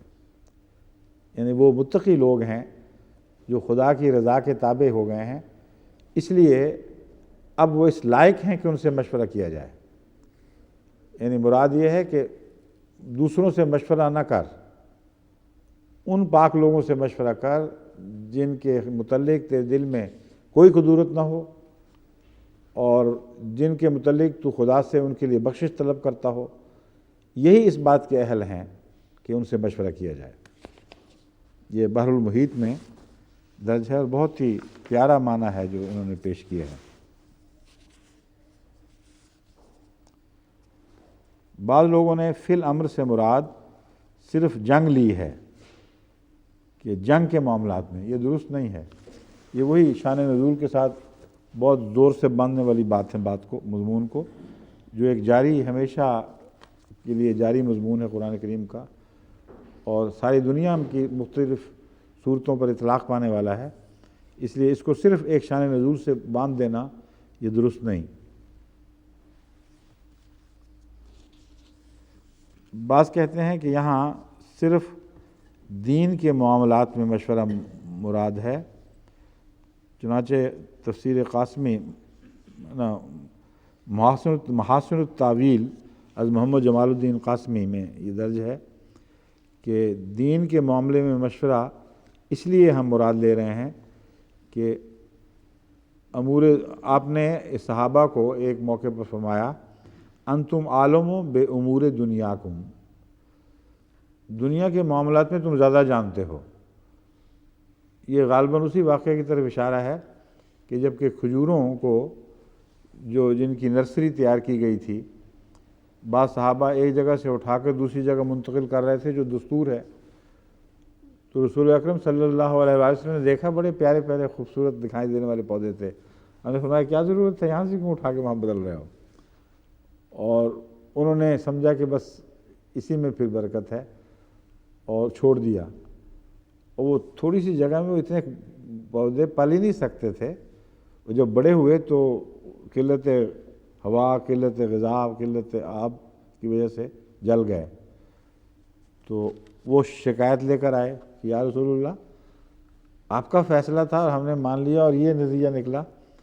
تو آپ نے فرمایا کہ میں تو رسول ہوں اللہ کا، دین کے لیے بھیجا گیا ہوں، یہ زراعت کے معاملات تمہارے ہیں، تم بہتر جانتے ہو، مطلب تمہیں کہہ دینا چاہیے تھا کہ یا رسول اللہ یہ بات یوں نہیں ہے، یوں ہے۔ بعض احمدیوں کو بھی میں نے دیکھا ہے اس معاملے میں بعض دفعہ غلو کر جاتے ہیں، بعض دفعہ کسی بات کے سارے پہلو سامنے نہیں ہوتے، دنیاوی ایک مشورہ مانگ رہے ہوتے ہیں، اور ان کو میں ان حالات کے مطابق مشورہ دے دیتا ہوں، بجائے اس کے کہ مجھے یہ بتائیں بعد میں کہ یہ حالات بدل گئے ہیں یا ان میں یہ وسعت تھی جو ہم نے پیش نہیں کی، وہ اسی پر اٹک کے بیٹھ جاتے ہیں اور بعض دفعہ نقصان پہنچ جاتا ہے۔ ایسا شاذ ہوا ہے مگر ہوا ہے۔ تو میں ان کو سب کو یہ کہتا ہوں کہ جب مشورہ کیا کرو تو سارے پہلو سامنے رکھا کرو، اور دنیاوی امور میں جو مشورہ ہے اگر اس کو ماننے پر طبیعت آمادہ نہ ہو اور کوئی دلیل اس کے خلاف موجود ہو تو پیش کرنی چاہیے، باوجود دل میں ایک الجھن کے کہ غالباً یہ بات درست نہیں، فلاں امر کو نظر انداز کر کے کی گئی ہے، اور پھر چپ کر کے اس پر بیٹھ رہنا درست نہیں ہے۔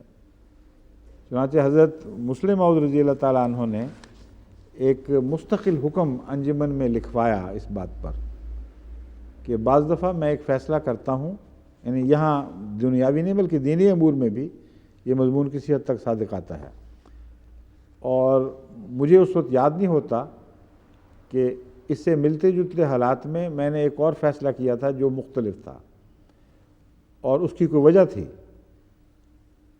اور تمہیں علم بھی ہوتا ہے کہ ایسا ہوا ہے، اور تم بغیر اس کے کہ مجھے بتاؤ کہ پہلے ایسی بات گزر چکی ہے تم چپ کر کے وہ بات مان لیتے ہو اور پھر ایک تضاد کی شکل پیدا ہو جاتی ہے۔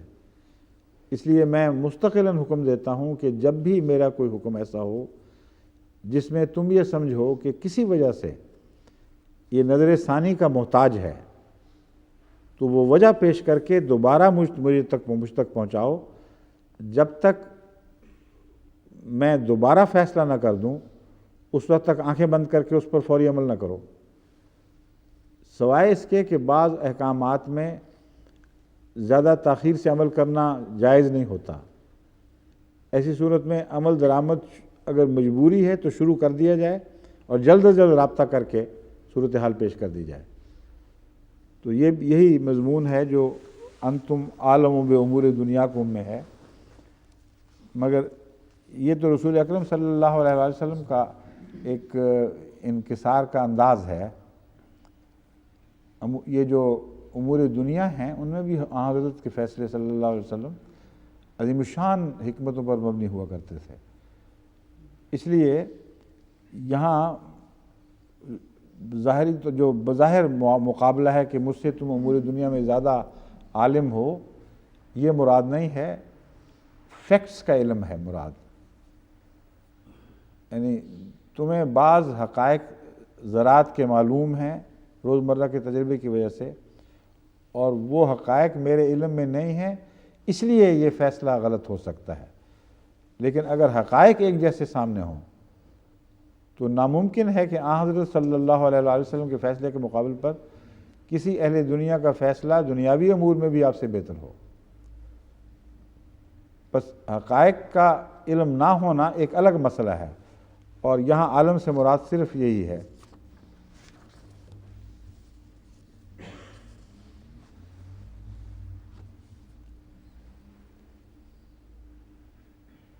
بعض نے کہا ہے کہ ان لوگوں نے جنہوں نے تجھ سے اعراض کیا اور شکست کھانے کے بعد تیرے پاس آئے، ان کے لیے ہے کہ تو ان سے مغفرت کا سلوک کر، یہ درست نہیں ہے، خام خواہ آیت کے وسیع اطلاق کو محدود کرنے والی بات ہے۔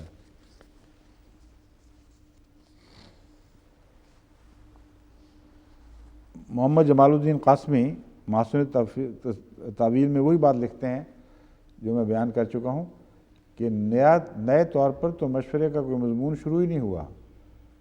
وہ کہتے ہیں کہ آپ تو ہمیشہ صحابہ سے مشورہ فرمایا کرتے تھے، جنگ بدر میں مشورے کیے، ہر دوسرے اہم امر میں مشورہ فرماتے تھے، اور اپنے ازواج سے بھی مشورہ کیا کرتے تھے۔ کہتے ہیں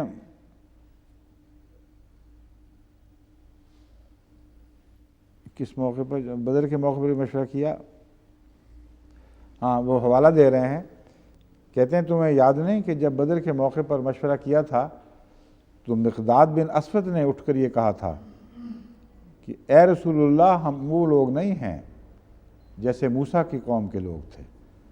انہوں نے موسیٰ سے کہا تھا اذهب انت وربک فقاتلا، جا تو اور تیرا رب لڑتے پھرو، وَإِنَّا هَاهُنَا قَاعِدُونَ، ہم تو یہیں بیٹھ رہیں گے، بلکہ ہم تو وہ ہیں تو آپ کے آگے بھی لڑیں گے اور آپ کے پیچھے بھی لڑیں گے، آپ کے دائیں بھی لڑیں گے اور آپ کے بائیں بھی لڑیں گے، اور دشمن کی مجال نہیں ہے کہ آپ تک پہنچے مگر اس صورت میں کہ ہماری لاشوں کو رونتا ہوا ہے۔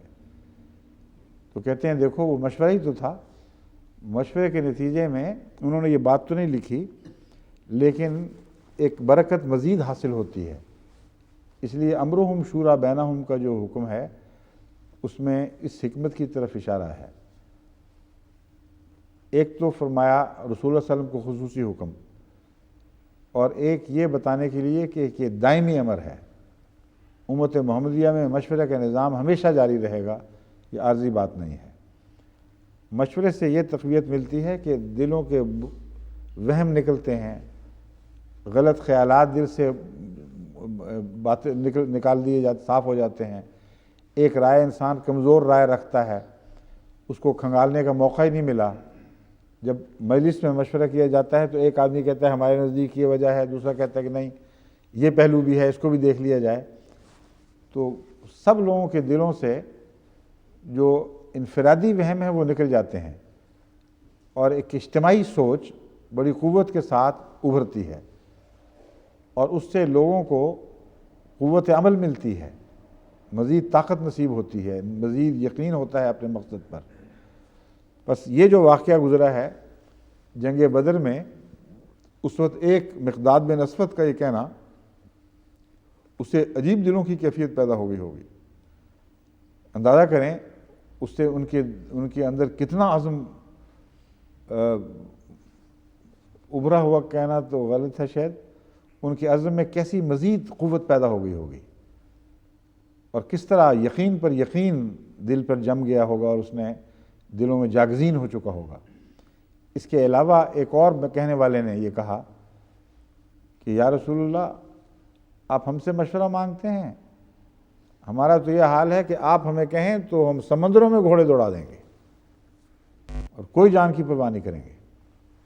یہ میں اس لیے بیان کر رہا ہوں کہ بعض بدبخت بعد میں صحابہ کے اوپر یہ بھی الزام لگائیں گے کہ بکھرنے والے، کمزور، ڈرپوک، رسول اللہ صلی اللہ علیہ وسلم کو چھوڑ کر جانے والے تھے۔ یہ بالکل جھوٹے الزام ہیں۔ یہ سارے لوگ جن کے اوپر یہ الزام گندے لگا رہے ہیں جنگ بدر میں شامل تھے، اس وقت ان کو جان پیاری نہیں تھی۔ اگر جان پیاری ہونے کی وجہ سے بھاگتے تو اس سے پہلے تو آزمائے جا چکے ہیں۔ اس لیے یہ سب بدبختی کے الزام ہیں، ان میں کوئی بھی حقیقت نہیں ہے۔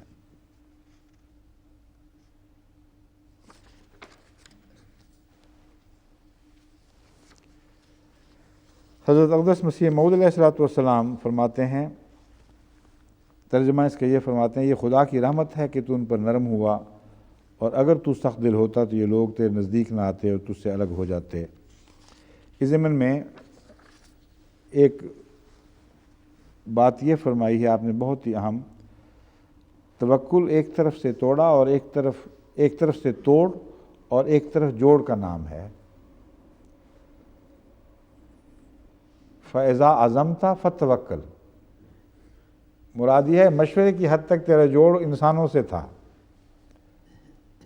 جب فیصلہ کر لیا تو تیرا انسانوں سے تعلق خدا کی طرف منتقل ہو گیا، اور توکل کا یہ معنی ہے کہ ایک طرف سے جوڑ کاٹ کر دوسری طرف سے جوڑ باندھ دیا۔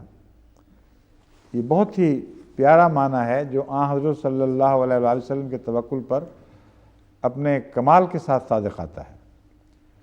پھر حضرت مسیح موعود علیہ الصلوۃ والسلام نے توکل کے مضمون پر بہت پیاری لمبی گفتگو فرمائی ہے، اور اس میں اس آدمی کی مثال بھی دی ہے، اس صحابی کی بھی، جو آن حضرت صلی اللہ علیہ وآلہ وسلم سے ملنے آیا اور باہر گلی میں اونٹ چھوڑ کر آپ کی خدمت میں حاضر ہو گیا،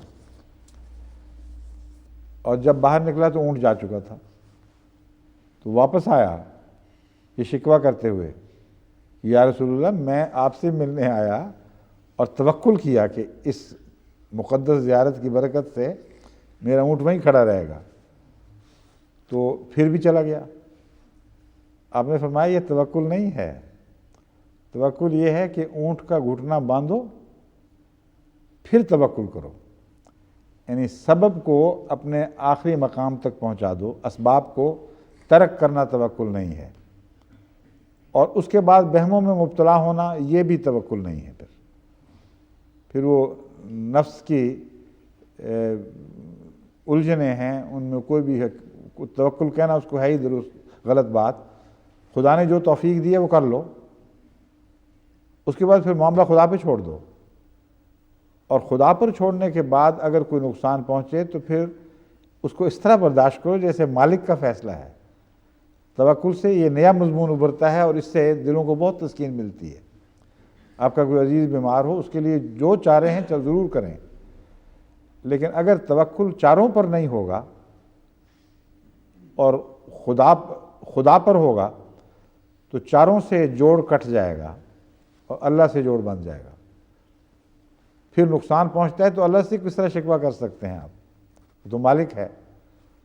لیکن جن کا توکل بندوں پر ہو اور اسباب سے جڑے رہیں، ان کا یہ جوڑ کٹتا نہیں ہے، اور اس کا جو یقینی اثر بعد میں ظاہر ہوتا ہے کہ جب ان کے مرضی کے خلاف فیصلہ ہو جائے تو روتے اور پیٹتے اور بے صبری دکھاتے اور کہتے ہیں ہائے ہم پر یہ کیا ہو گیا، جس کا مطلب ہے توکل ان کا اسباب پر ہی تھا۔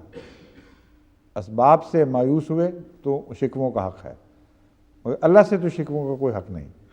تو مومن کو جو یہ تعلیم دی گئی ہے، اس میں ہر قسم کے نقصان پر صبر کا ایک سلیقہ سکھا دیا گیا ہے، اور صبر حاصل کرنے کا گر بتا دیا گیا ہے۔ پر حضرت مسیح علیہ السلام نے جو ایک چھوٹے سے فقرے میں مضمون بیان فرمایا، عظیم الشان مضمون ہے۔ توکل کہتے ہیں ایک طرف سے جوڑ کاٹنا اور دوسری طرف منتقل کر کے وہاں جوڑ باندھ لینا۔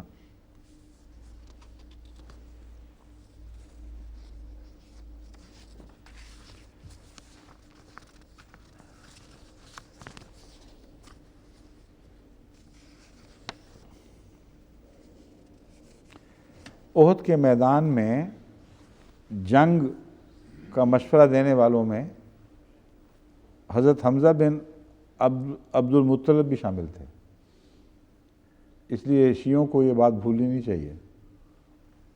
حضرت سعد بن عبادہ بھی شامل تھے، حضرت نعمان بن مالک بھی، اور قبیلہ اوس اور قبیلہ خزرج کے بعض اکابر نے بھی مشورہ دیا تھا۔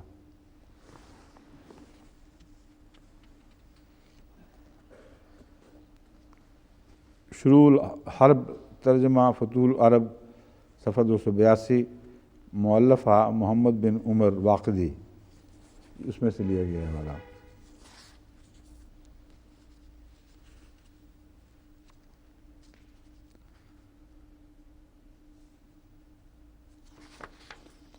اب آئیے مستشرقین کی طرف۔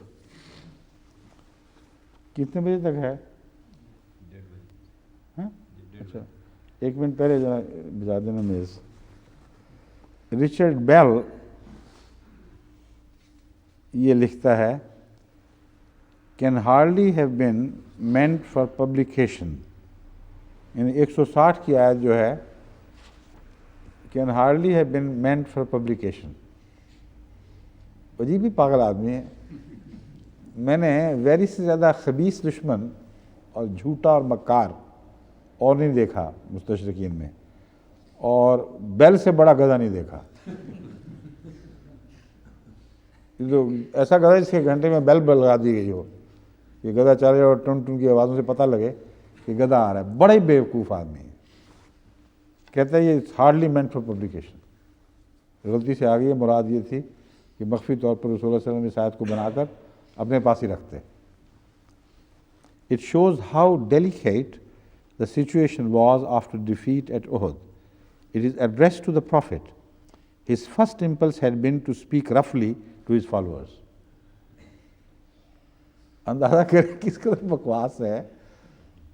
آیت کچھ اور کہہ رہی ہے. کہتے ہیں صاف ظاہر ہے اس آیت سے کہ آپ کی پہلی امپلس یہ تھی, پہلا طبی رد عمل کہ خوب سختی کریں ان لوگوں پر اور ڈانٹ ٹپٹ کریں. کہتے ہیں first followers, but by the mercy of Allah, he has been restrained and has spoken mildly. اللہ کا فضل رحمت ہو گئی جو بولا, ورنہ دل کے تو وہ سخت تھے, مزاج میں سختی پرانی تھی. یہ مراد لینا. آیت بالکل برعکس بات کر رہی ہے. عجیب ہی پاگل قوم ہے یہ جن سے ہمیں واسطہ پڑا ہے. He is now counseled to forgive them. کہتا ہے اب اللہ تعالیٰ ان کو مشورہ دے رہا ہے رسول اللہ علیہ وسلم کو معاف کر دے. And even to promise to consult them in future operations. کہتا ہے بڑی غلطی ہو گئی کہ ان سے مشورہ نہیں کیا, اس لیے سارا نقصان پہنچا ہے. کہتے ہیں اس لیے پرومس کر ان سے اب کہ آئندہ میں تجھ سے مشورہ کیا کروں گا. جو میں نے آپ کے سامنے حالات کھول دیے ہیں اس کے بعد دیکھیں کس قدر بکواس اور جھوٹ اور بہتان ہے اور جہالت کتنی ٹپک رہی ہے اس شخص سے. اس لیے دشمنی میں اول نمبر ویری اور حماقت میں اول نمبر بیل. ان کی کوئی مثال مجھے اور کہیں مستشرقین میں نظر نہیں آئی. ویری صاحب کا سن لیجیے اب. اس سے پہلے ذرا ایک جنٹل بات کرنے والے صاحب جو زندہ ہیں, مسٹر مونٹگومری واٹ, وہ نسبتاً اپنے آپ کو جنٹل ناقدین میں شمار کرتے ہیں. وہ لکھتے ہیں gentle address to Mohammad personally. یعنی یہ جو جینٹل کا لفظ ہے یہ محمد کو پرسنلی مخاطب کر کے کہا گیا ہے. But the exact reference is not clear. سمجھ نہیں آئی کیا بات ہو رہی ہے. Perhaps it was his attitude to the hypocrites. ہو سکتا ہے ہپوکریٹس کی طرف ان کی ایٹیٹیوڈ کی طرف اشارہ ہو, اور بات کچھ کلیئر نہیں, یہ بات کہہ کے چھوڑ جاتا ہے. اس سے زیادہ واضح کیا بات ہوگی؟ فَبِمَا رَحْمَةٍ مِّنَ اللَّهِ لِنْتَ لَهُمْ. یہ مستشرق بنے ہوئے ہیں, قرآن عربی کے ماہر, کئی سال وہاں فلسطین میں یہودیوں کے ساتھ بیٹھ کر اس نے عربی سیکھی ہے, اور کہتا ہے مجھ کو بات واضح نہیں. قرآن فرما رہا ہے فَبِمَا رَحْمَةٍ مِّنَ اللَّهِ لِنْتَ لَهُمْ. تجھے جو اللہ تعالیٰ نے رحمت عطا فرمائی ہوئی ہے, تجھے رحمت للعالمین بنایا ہوا ہے, اس کی وجہ سے تو ان سے ہمیشہ نرم رہتا ہے, اور اب بھی نرم ہوا ان سے. وَلَوْ كُنْتَ فَظًّا غَلِيظَ الْقَلْبِ. اگر تو سخت دل ہوتا, بد مزاج ہوتا, تو پھر یہ ہو جانا تھا. وہ کہتا پتہ نہیں لگ رہا کیا کہہ رہے ہیں اللہ تعالیٰ. پتہ نہیں لگ رہا تو ہم کیا بتائیں تجھے,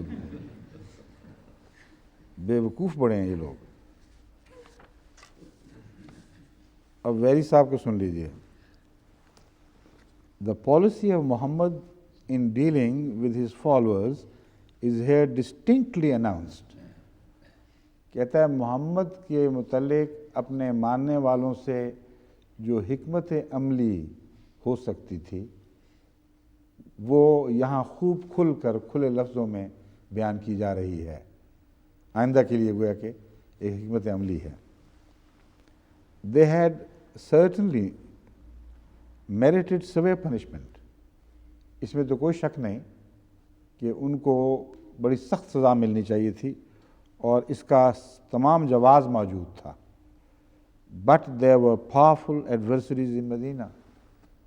لیکن اس کا کیا کیا جاتا, مدینے میں بڑے بڑے سخت مخالف, بڑے طاقتور مخالف موجود تھے. یہ مدینے کی تاریخ انہوں نے پڑھی نہیں. وہ طاقتور مخالف تھے, وہ سارے محمد رسول اللہ کے سامنے جھکنے پر مجبور ہو چکے تھے. اس سے پہلے میثاق مدینہ لکھا جا چکا تھا, اس پر سب نے متفقہ طور پر حضرت محمد رسول اللہ صلی اللہ علیہ وآلہ وسلم کو اپنا سردار مان لیا تھا دنیا کے امور میں بھی، اور اگر ان کی ایسی طاقت تھی محمد رسول اللہ کے مقابل پر، تو منافق کیوں پھر ان کو تسلیم کرتا خود؟ بار بار کہتا ہے وہ منافقین تھے، تو منافق تو ہوتا ہی ہے، وہ ہے جو ڈر کر چھپاتا ہے اپنے آپ کو۔ بہادر اور بے خوف آدمی جس کو اپنے غلبے کا یقین ہو، وہ منافق کیوں خام خواہ بنتا پھرے گا؟ اس لیے یہ نہایت ہی بیوقوفوں والا تبصرہ ہے، لیکن آگے چلیں ذرا، ابھی تو اور آگے آنے ہیں۔ But there were powerful adversaries in Medina who would have taken advantage of any attempt to enforce punishment of a severe nature. کہتا اگر سختی کرتے تو بڑا سخت انہوں نے رد عمل دکھانا تھا، کیسے برداشت کرتے ہیں؟ Besides, no slight shock to the new faith had been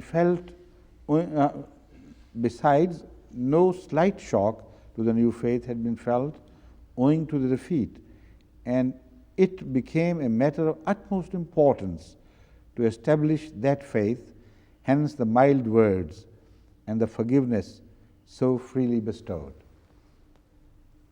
کہتا ہے بات یہ ہے کہ اپنے دین کو انہوں نے وہاں نافذ کرنا تھا، اور کوئی معمولی شوق نہیں پہنچا تھا اس دین کو جنگ احد سے۔ اتنا شدید صدمہ پہنچ چکا تھا دین کو کہ گویا سارے منحرف ہونے کو پھرتے تھے۔ ایسے وقت میں اس کے سوا پالیسی ہو کیا سکتی تھی؟ تو ان کو کہا گیا کہ دیکھو دیکھو، نرمی کرنا، آہستہ بولنا، آئندہ سے کوئی سختی کا کلام ان سے نہیں کرنا۔ گویا کہ پہلے تو ہمیشہ سے سخت ہوتا آیا ہے اور حالات تھے، اب حالات بدل گئے ہیں، اب سے پالیسی یہ ہے کہ جو نرم ہو۔ اب جس نے قرآن کریم کی آیت پڑھی ہو، وہ جانتا ہو اس کا ترجمہ جیسے آپ کے سامنے رکھ دیا ہے، کیا کہے گا ایسے بدبخت آدمی کے متعلق؟ صرف لوگوں کو دھوکہ دے رہا ہے، جھوٹ بول رہا ہے، یا آگ میں جل رہا ہے۔ اصل میں جنگ احد کے اوپر بڑے لوگوں کو آگ لگی ہے۔ کچھ لوگوں کی آگ کا میں کل ذکر کر چکا ہوں، کچھ کا اب پھر بھی کروں گا، اور ان میں آگ لگنے والوں میں یہ بھی ہیں۔ بڑی شاندار فتح ہوئی دشمنوں کو، عرب وہ کہتے ہیں مکے کے شہزادوں کو، اور ہوا کیا؟ کچھ بھی نقصان نہ ہوا، اور عالم اسلام اسی طرح دندناتا رہا، اور اس کے نتیجے میں پھر دوسری عظیم فتوحات کی بنیادیں رکھی گئیں۔ یہ ہے تکلیف کہ مٹا کیوں نہیں دیا؟ ایک ہی تو موقع آیا ساری تاریخ میں، جبکہ معلوم ہوتا تھا کہ اسلام کو ملیا میٹ کر دیا جائے گا، وہ پاگل اسی طرح مڑ گئے، کچھ بھی نہ ہوا۔ اس میں مزہ صرف لوٹتے ہیں اس کو عظیم فتح کہہ کر، اور کچھ بھی ہاتھ میں نہیں ہے۔ عظیم فتح کے بعد میں جو رونما ہونے والے فوائد ہیں، ان سے وہ ساری کلیتاً محروم رہتے ہیں۔ لیکن کہتا ہے let it be observed that all these mild words and expressions of forgiveness are set forth as coming from the mouth of God. کہتا ہے یہاں ایک بات یہ بھی یاد رکھو، یہ محمد رسول اللہ نے، یعنی ہم رسول اللہ کہتے ہیں صلی اللہ علیہ وسلم، انہوں نے یہ اس طرح بیان کیا ہے گویا اللہ کے منہ کے لفظ ہیں۔ یہ ساری باتیں خدا کی طرف منسوب کی ہیں۔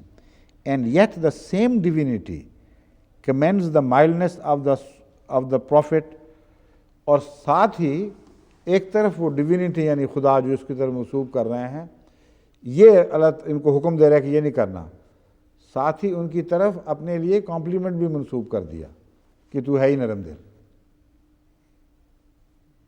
اب اندازہ کریں اس شخص کی بدبختی کا، دل بتا رہا تھا کہ یہ تو تعریف ہو رہی ہے، یہ کہاں کہا جا رہا ہے کہ یہ بات چھوڑ اور یہ اختیار کر، سختیاں ترک کر اور نرمی کی طرف آ جا۔ جانتا ہے اچھا بھلا، پھر اس کو ایک اور ٹوسٹ دیتا ہے، ایک جھوٹ پر ایک اور جھوٹ بناتا ہے، اور کہتا ہے اس سے ثابت ہو گیا کہ محمد رسول اللہ دیندار کم تھے، پولیٹیشن زیادہ تھے۔ کہ دیکھو کیسی پولیٹیکل حرکت کر گئے ہیں۔ God and yet the same divinity commends the mildness of the prophet. Surely there is more of a politician than of the prophet here. یہ ہیں ویری صاحب، بڑے بڑے بدبخت لوگ پیدا ہوئے ہیں۔ واقعہ یہ ہے کہ آن حضرت صلی اللہ علیہ وآلہ وسلم کی رحمت اور شفقت اور آپ کے مشورے کے متعلق میں پہلے تفصیل سے بات کر چکا ہوں، اس آیت میں کہیں اس بات کا شائبہ بھی نہیں ملے گا کہ محمد رسول اللہ کو اپنے طرز عمل بدلنے کی تعلیم دی جا رہی ہے۔ کوڑ مغز میں سے بڑے سے بڑا کوڑ مغز آپ نکال لیں، اس کو کچھ شدھ بدھ ہو عربی کی، اس کو یہ پڑھائیں، اسے پوچھیں وہ پاگل کے بچے نکال وہ جگہ جہاں رسول اللہ صلی اللہ علیہ وسلم کو طرز عمل بدلنے کا حکم ہو رہا ہو۔ تو یہ لوگ جانتے نہیں ہیں، اس لیے بددیانت ہیں، جھوٹے ہیں، بد کردار ہیں، اپنے دل کے بغض اگلنے کے لیے بہانے ڈھونڈتے ہیں، جہاں موقع ملے بکواس کرنے سے باز نہیں آتے۔ اس لیے ان کو تو ہم نہیں چھوڑیں گے، یہ دفاعی جنگ ہے، ہم نے حملہ نہیں کیا، انہوں نے کیا، اور اس حملے کا لازماً جواب دیں گے۔ ان کی بدبختیاں دنیا کو دکھائیں گے، علم کے پردے چاک کریں گے اور بتائیں گے کہ یہ بغض ہے جس پر علم کا پردہ لٹکا رکھا تھا، کوئی ان لوگوں کو علم نہیں ہے۔ ادنا سا علم عربی رکھنے والا یہ بکواس نہیں کر سکتا کہ رسول اللہ صلی اللہ علیہ وسلم کو انہیں اپنی طرف سے خدا کی طرف یہ بات منسوب کی کہ اپنا طرز عمل تبدیل کرو، اور خبردار جو تم نے اب سختی کی ورنہ مارے جاؤ گے۔ اور ساتھ ہی یہ بھی اقرار کرنا پڑا کہ خدا تو کمپلیمنٹ دے رہا ہے، کہے کہ دیکھو کتنا ڈپلومیٹ ہے کہ اس موقع پر یہ بات کہنے کے بعد پھر کمپلیمنٹ بھی دلوا دیا اپنے آپ کو اللہ کی طرف سے، حالانکہ وہ دوسری بات جو ہے ہی نہیں، اس میں ایک ہی بات ہے۔ اب آئیے میر احمد علی شاہ صاحب، غم اپنے دوستوں کا بھی کھانا پڑے ہمیں، انا للہ و انا الیہ۔ The deserters in Uhud actually deserve to be punished, but even in view of the grant of pardon to them, there remains no room for the recipients of the pardon to say that they actually deserved it or that they had been honorably acquitted of the charges against them. It is only that the punishment has been offered to be pardoned and not the wiping out of the charge. The blot of conviction remains there. کہتا ہے دیکھو معافی تو مل گئی ہے، لیکن اس کے نتیجے میں ان کو یہ کہنے سمجھنے کا کوئی حق نہیں ملا کہ ہمارے دل سے ہر قسم کے لغزش کے اثرات صاف ہو چکے ہیں۔ کہتا ہے اللہ تعالیٰ نے معافی تو دی ہے، لیکن وہ داغ جو دل پر لگایا ہوا ہے اس کو قائم رکھا ہے، اور اس کو کوئی دنیا میں مٹا نہیں سکتا۔ وہ کہاں سے داغ لیا ہے انہوں نے؟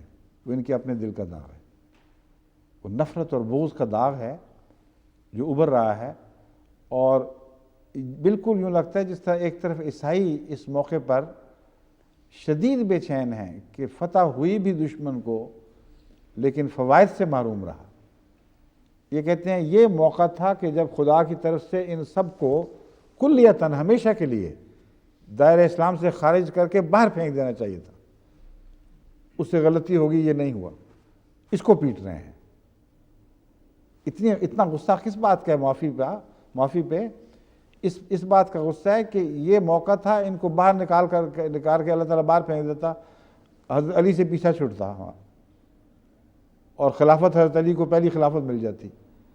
یہ ترکیب کہتے ہیں ہمیں تو آ گئی، اللہ کو نہ آئی، اور اب ہم مجبور ہیں بیچارے، ہم کیا کریں اب؟ اس لیے ایک ہی راستہ ہے کہ گالیاں دے کے بغض نکالو، اور کیا راستہ رہ گیا ہے؟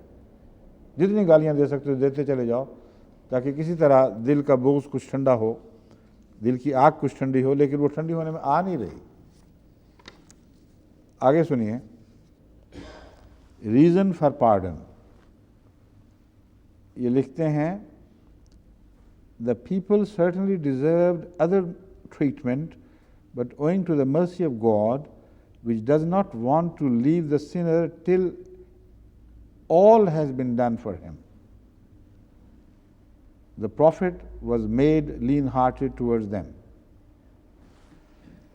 یعنی یہ بھی مانتے ہیں کہ اس وقت بگویا کے بنایا گیا ہے، رسول اللہ صلی اللہ علیہ وسلم کی دائمی حالت نہیں ہے۔ یہ کہتے ہیں اصل بات یہ ہے کہ حجت تمام کرنے کی خاطر معافی دی گئی ہے، اور بھی ان سے گناہ سرزد ہونے تھے، اس لیے اللہ تعالیٰ نے معاف کیا ہے، اور اس وقت اس لیے رسول اللہ صلی اللہ علیہ وسلم کو اس وقت ان کے لیے نرم دل بنایا گیا تاکہ کچھ اور موقع دے دیا جائے، اصلاح کر لی تو ٹھیک، ورنہ پھر ہم ان کو پکڑ لیں گے۔ یہ مضمون ہے جو بیان ہو رہا ہے. Else the people would not have cared to stay around him, and the whole scheme of the guidance and salvation of mankind would have come to an end. ساتھ یہ بھی ساتھ لگا دیا ہے کہ نرم دل بنایا، اگر یہ نہ ہوتے تو سب دنیا بھاگ جاتی اور اسکیم جو تھی خدا تعالیٰ کی طرف سے مین کائنڈ کے لیے وہ ہاتھ سے نکل جاتی. تو اب اس پہ غور کریں، اس کا مطلب کیا بنایا ہے انہوں نے. مطلب یہ ان کے ذہن میں یہ ابھرا ہے کہ منافقوں سے بخشش اس علم کے باوجود کہ وہ منافق رہیں گے، اس لیے تھی کہ مجبوری تھی خدا کی. اگر وہ یہ نہ کرتا تو ان سب نے بھاگ جانا تھا، اور پیچھے کتنے رہ جاتے؟ 6. پھر وہ اسکیم کیسے پوری ہوتی؟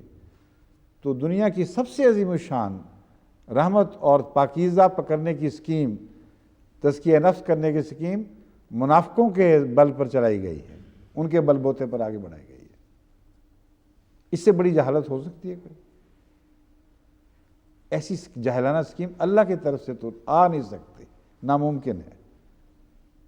یہ ان کے دلوں کی بیوقوفیاں، جہالتیں ہیں جو یہ بہانے ڈھونڈ رہی ہیں. کیوں آخر ہوا؟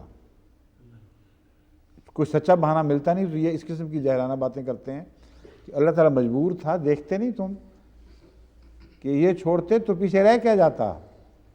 گنتی کے 6 آدمی، ان سے اتنی عظیم الشان دنیا کی اصلاح کی اسکیم کیسے چلائی جاتی؟ تو اللہ نے کہا کوئی مجبوری ہے، میں بھی کیا کروں، چلو منافقوں سے کام لے لیتے ہیں. کہتا ہے the verse is important as showing that the general kind behavior of the Prophet to the Sahabas, the word Sahabas is mentioned here, in spite of their most vicious conduct, as in the case of Khalid and others, his words of encouragement to them and the like cannot be regarded as due to any real spiritual worth about them, but they were sought to be reclaimed in the long run in another matter which history alone can decide and of which this offers no guarantee forever whatsoever. عجیب الجھا ہوا بےہودہ سا فکرہ ہے. خلاصہ اس کا یہ ہے کہ وہ کہتے ہیں کہ the verse is important کیونکہ رسول اللہ علیہ وسلم کا کائنڈ بیہیویئر دکھایا گیا ہے صحابہ کی طرف in spite of their most vicious conduct، باوجود اس کے کہ نہایت ہی بد کرداری کا عمل ان سے ظاہر ہوا اور نہایت ہی ناپاک معاملہ انہوں نے کیا. as in the case of Khalid and others، جیسا کہ خالد اور ادرس کے کیس میں ہوا. اب خالد اینڈ ادرس کا کیس کا مراد یہ صرف یہی مطلب بنتی ہے کہ خالد بن ولید کو موقع مل گیا اور وہ حملہ آور ہوئے، اور پھر توجہ ان کی طرف نہیں رہنے دی جن کی وجہ سے خالد بن ولید کو موقع ملا، بلکہ ضمناً ذکر کر کے توجہ پھر حضرت ابوبکر صدیق رضی اللہ تعالیٰ عنہ اور دیگر صحابہ کی طرف پھیر دیتا ہے. His words of encouragement to them and the like cannot be regarded as due to any real spiritual worth. کہتا ہے رسول اللہ صلی اللہ علیہ وسلم کے الفاظ یا اللہ کے الفاظ، ہز چھوٹا ہے ایچ اس لیے رسول اللہ صلی اللہ علیہ وسلم مراد ہوں گے. رسول اللہ صلی اللہ علیہ وسلم کے الفاظ جو ان کی انکریجمنٹ کے ملتے ہیں اس کا کوئی حقیقی مطلب نہ سمجھو. ان سے یہ مراد ہی نہیں ہے کہ واقعتاً ان سے کوئی نرمی کا سلوک ہونا چاہیے. کہتا ہے یہ تو ایسی بات ہے کہ اس لیے کیا گیا تھا کہ they were sought to be reclaimed in the long run in another matter which history alone can decide. عجیب ہی الجھا ہوا دماغ ہے اس شخص کا. کہتا ہے وجہ یہ تھی کہ ایک اور معاملے میں ان کو ریکلیم کرنے کے لیے ایک موقع دیا گیا تھا جس معاملے میں تاریخ بتائے گی کہ حقیقت کیا ہے. So the persons who fled on this occasion were pardoned, but those who thereafter fled away again and again from battlefields do certainly come under the conviction of chapter 8:17. اچھا یہ تو معاملہ بھی لمبا ہے. اب یہ حوالہ دیتے ہیں اس کے بعد کہ ایک اور ان لوگوں کے اوپر جو اصل حکم صادق آتا ہے وہ بعد کا ایک اور معاملہ ہے، یعنی جنگ حنین کی طرف اشارہ کر رہے ہیں، اور وہاں جا کر پھر ان پر حجت تمام ہو گئی اور قطعی طور پر وہ لوگ ثابت ہو گئے جن کا اس آیت میں ذکر ملتا ہے۔ تو یہ انشاءاللہ تعالیٰ پھر کل گفتگو کریں گے، کیونکہ اس پہ کافی مواد ہے، ان کے جھوٹوں کو ظاہر کرنے پر بھی کے لیے بھی، اور دوسرے حوالے جو ان کی تردید کرتے ہیں ان پر بہت سا مواد ہے جو انشاءاللہ کل میں آپ کے سامنے پیش کروں گا۔ السلام علیکم ورحمۃ اللہ وبرکاتہ۔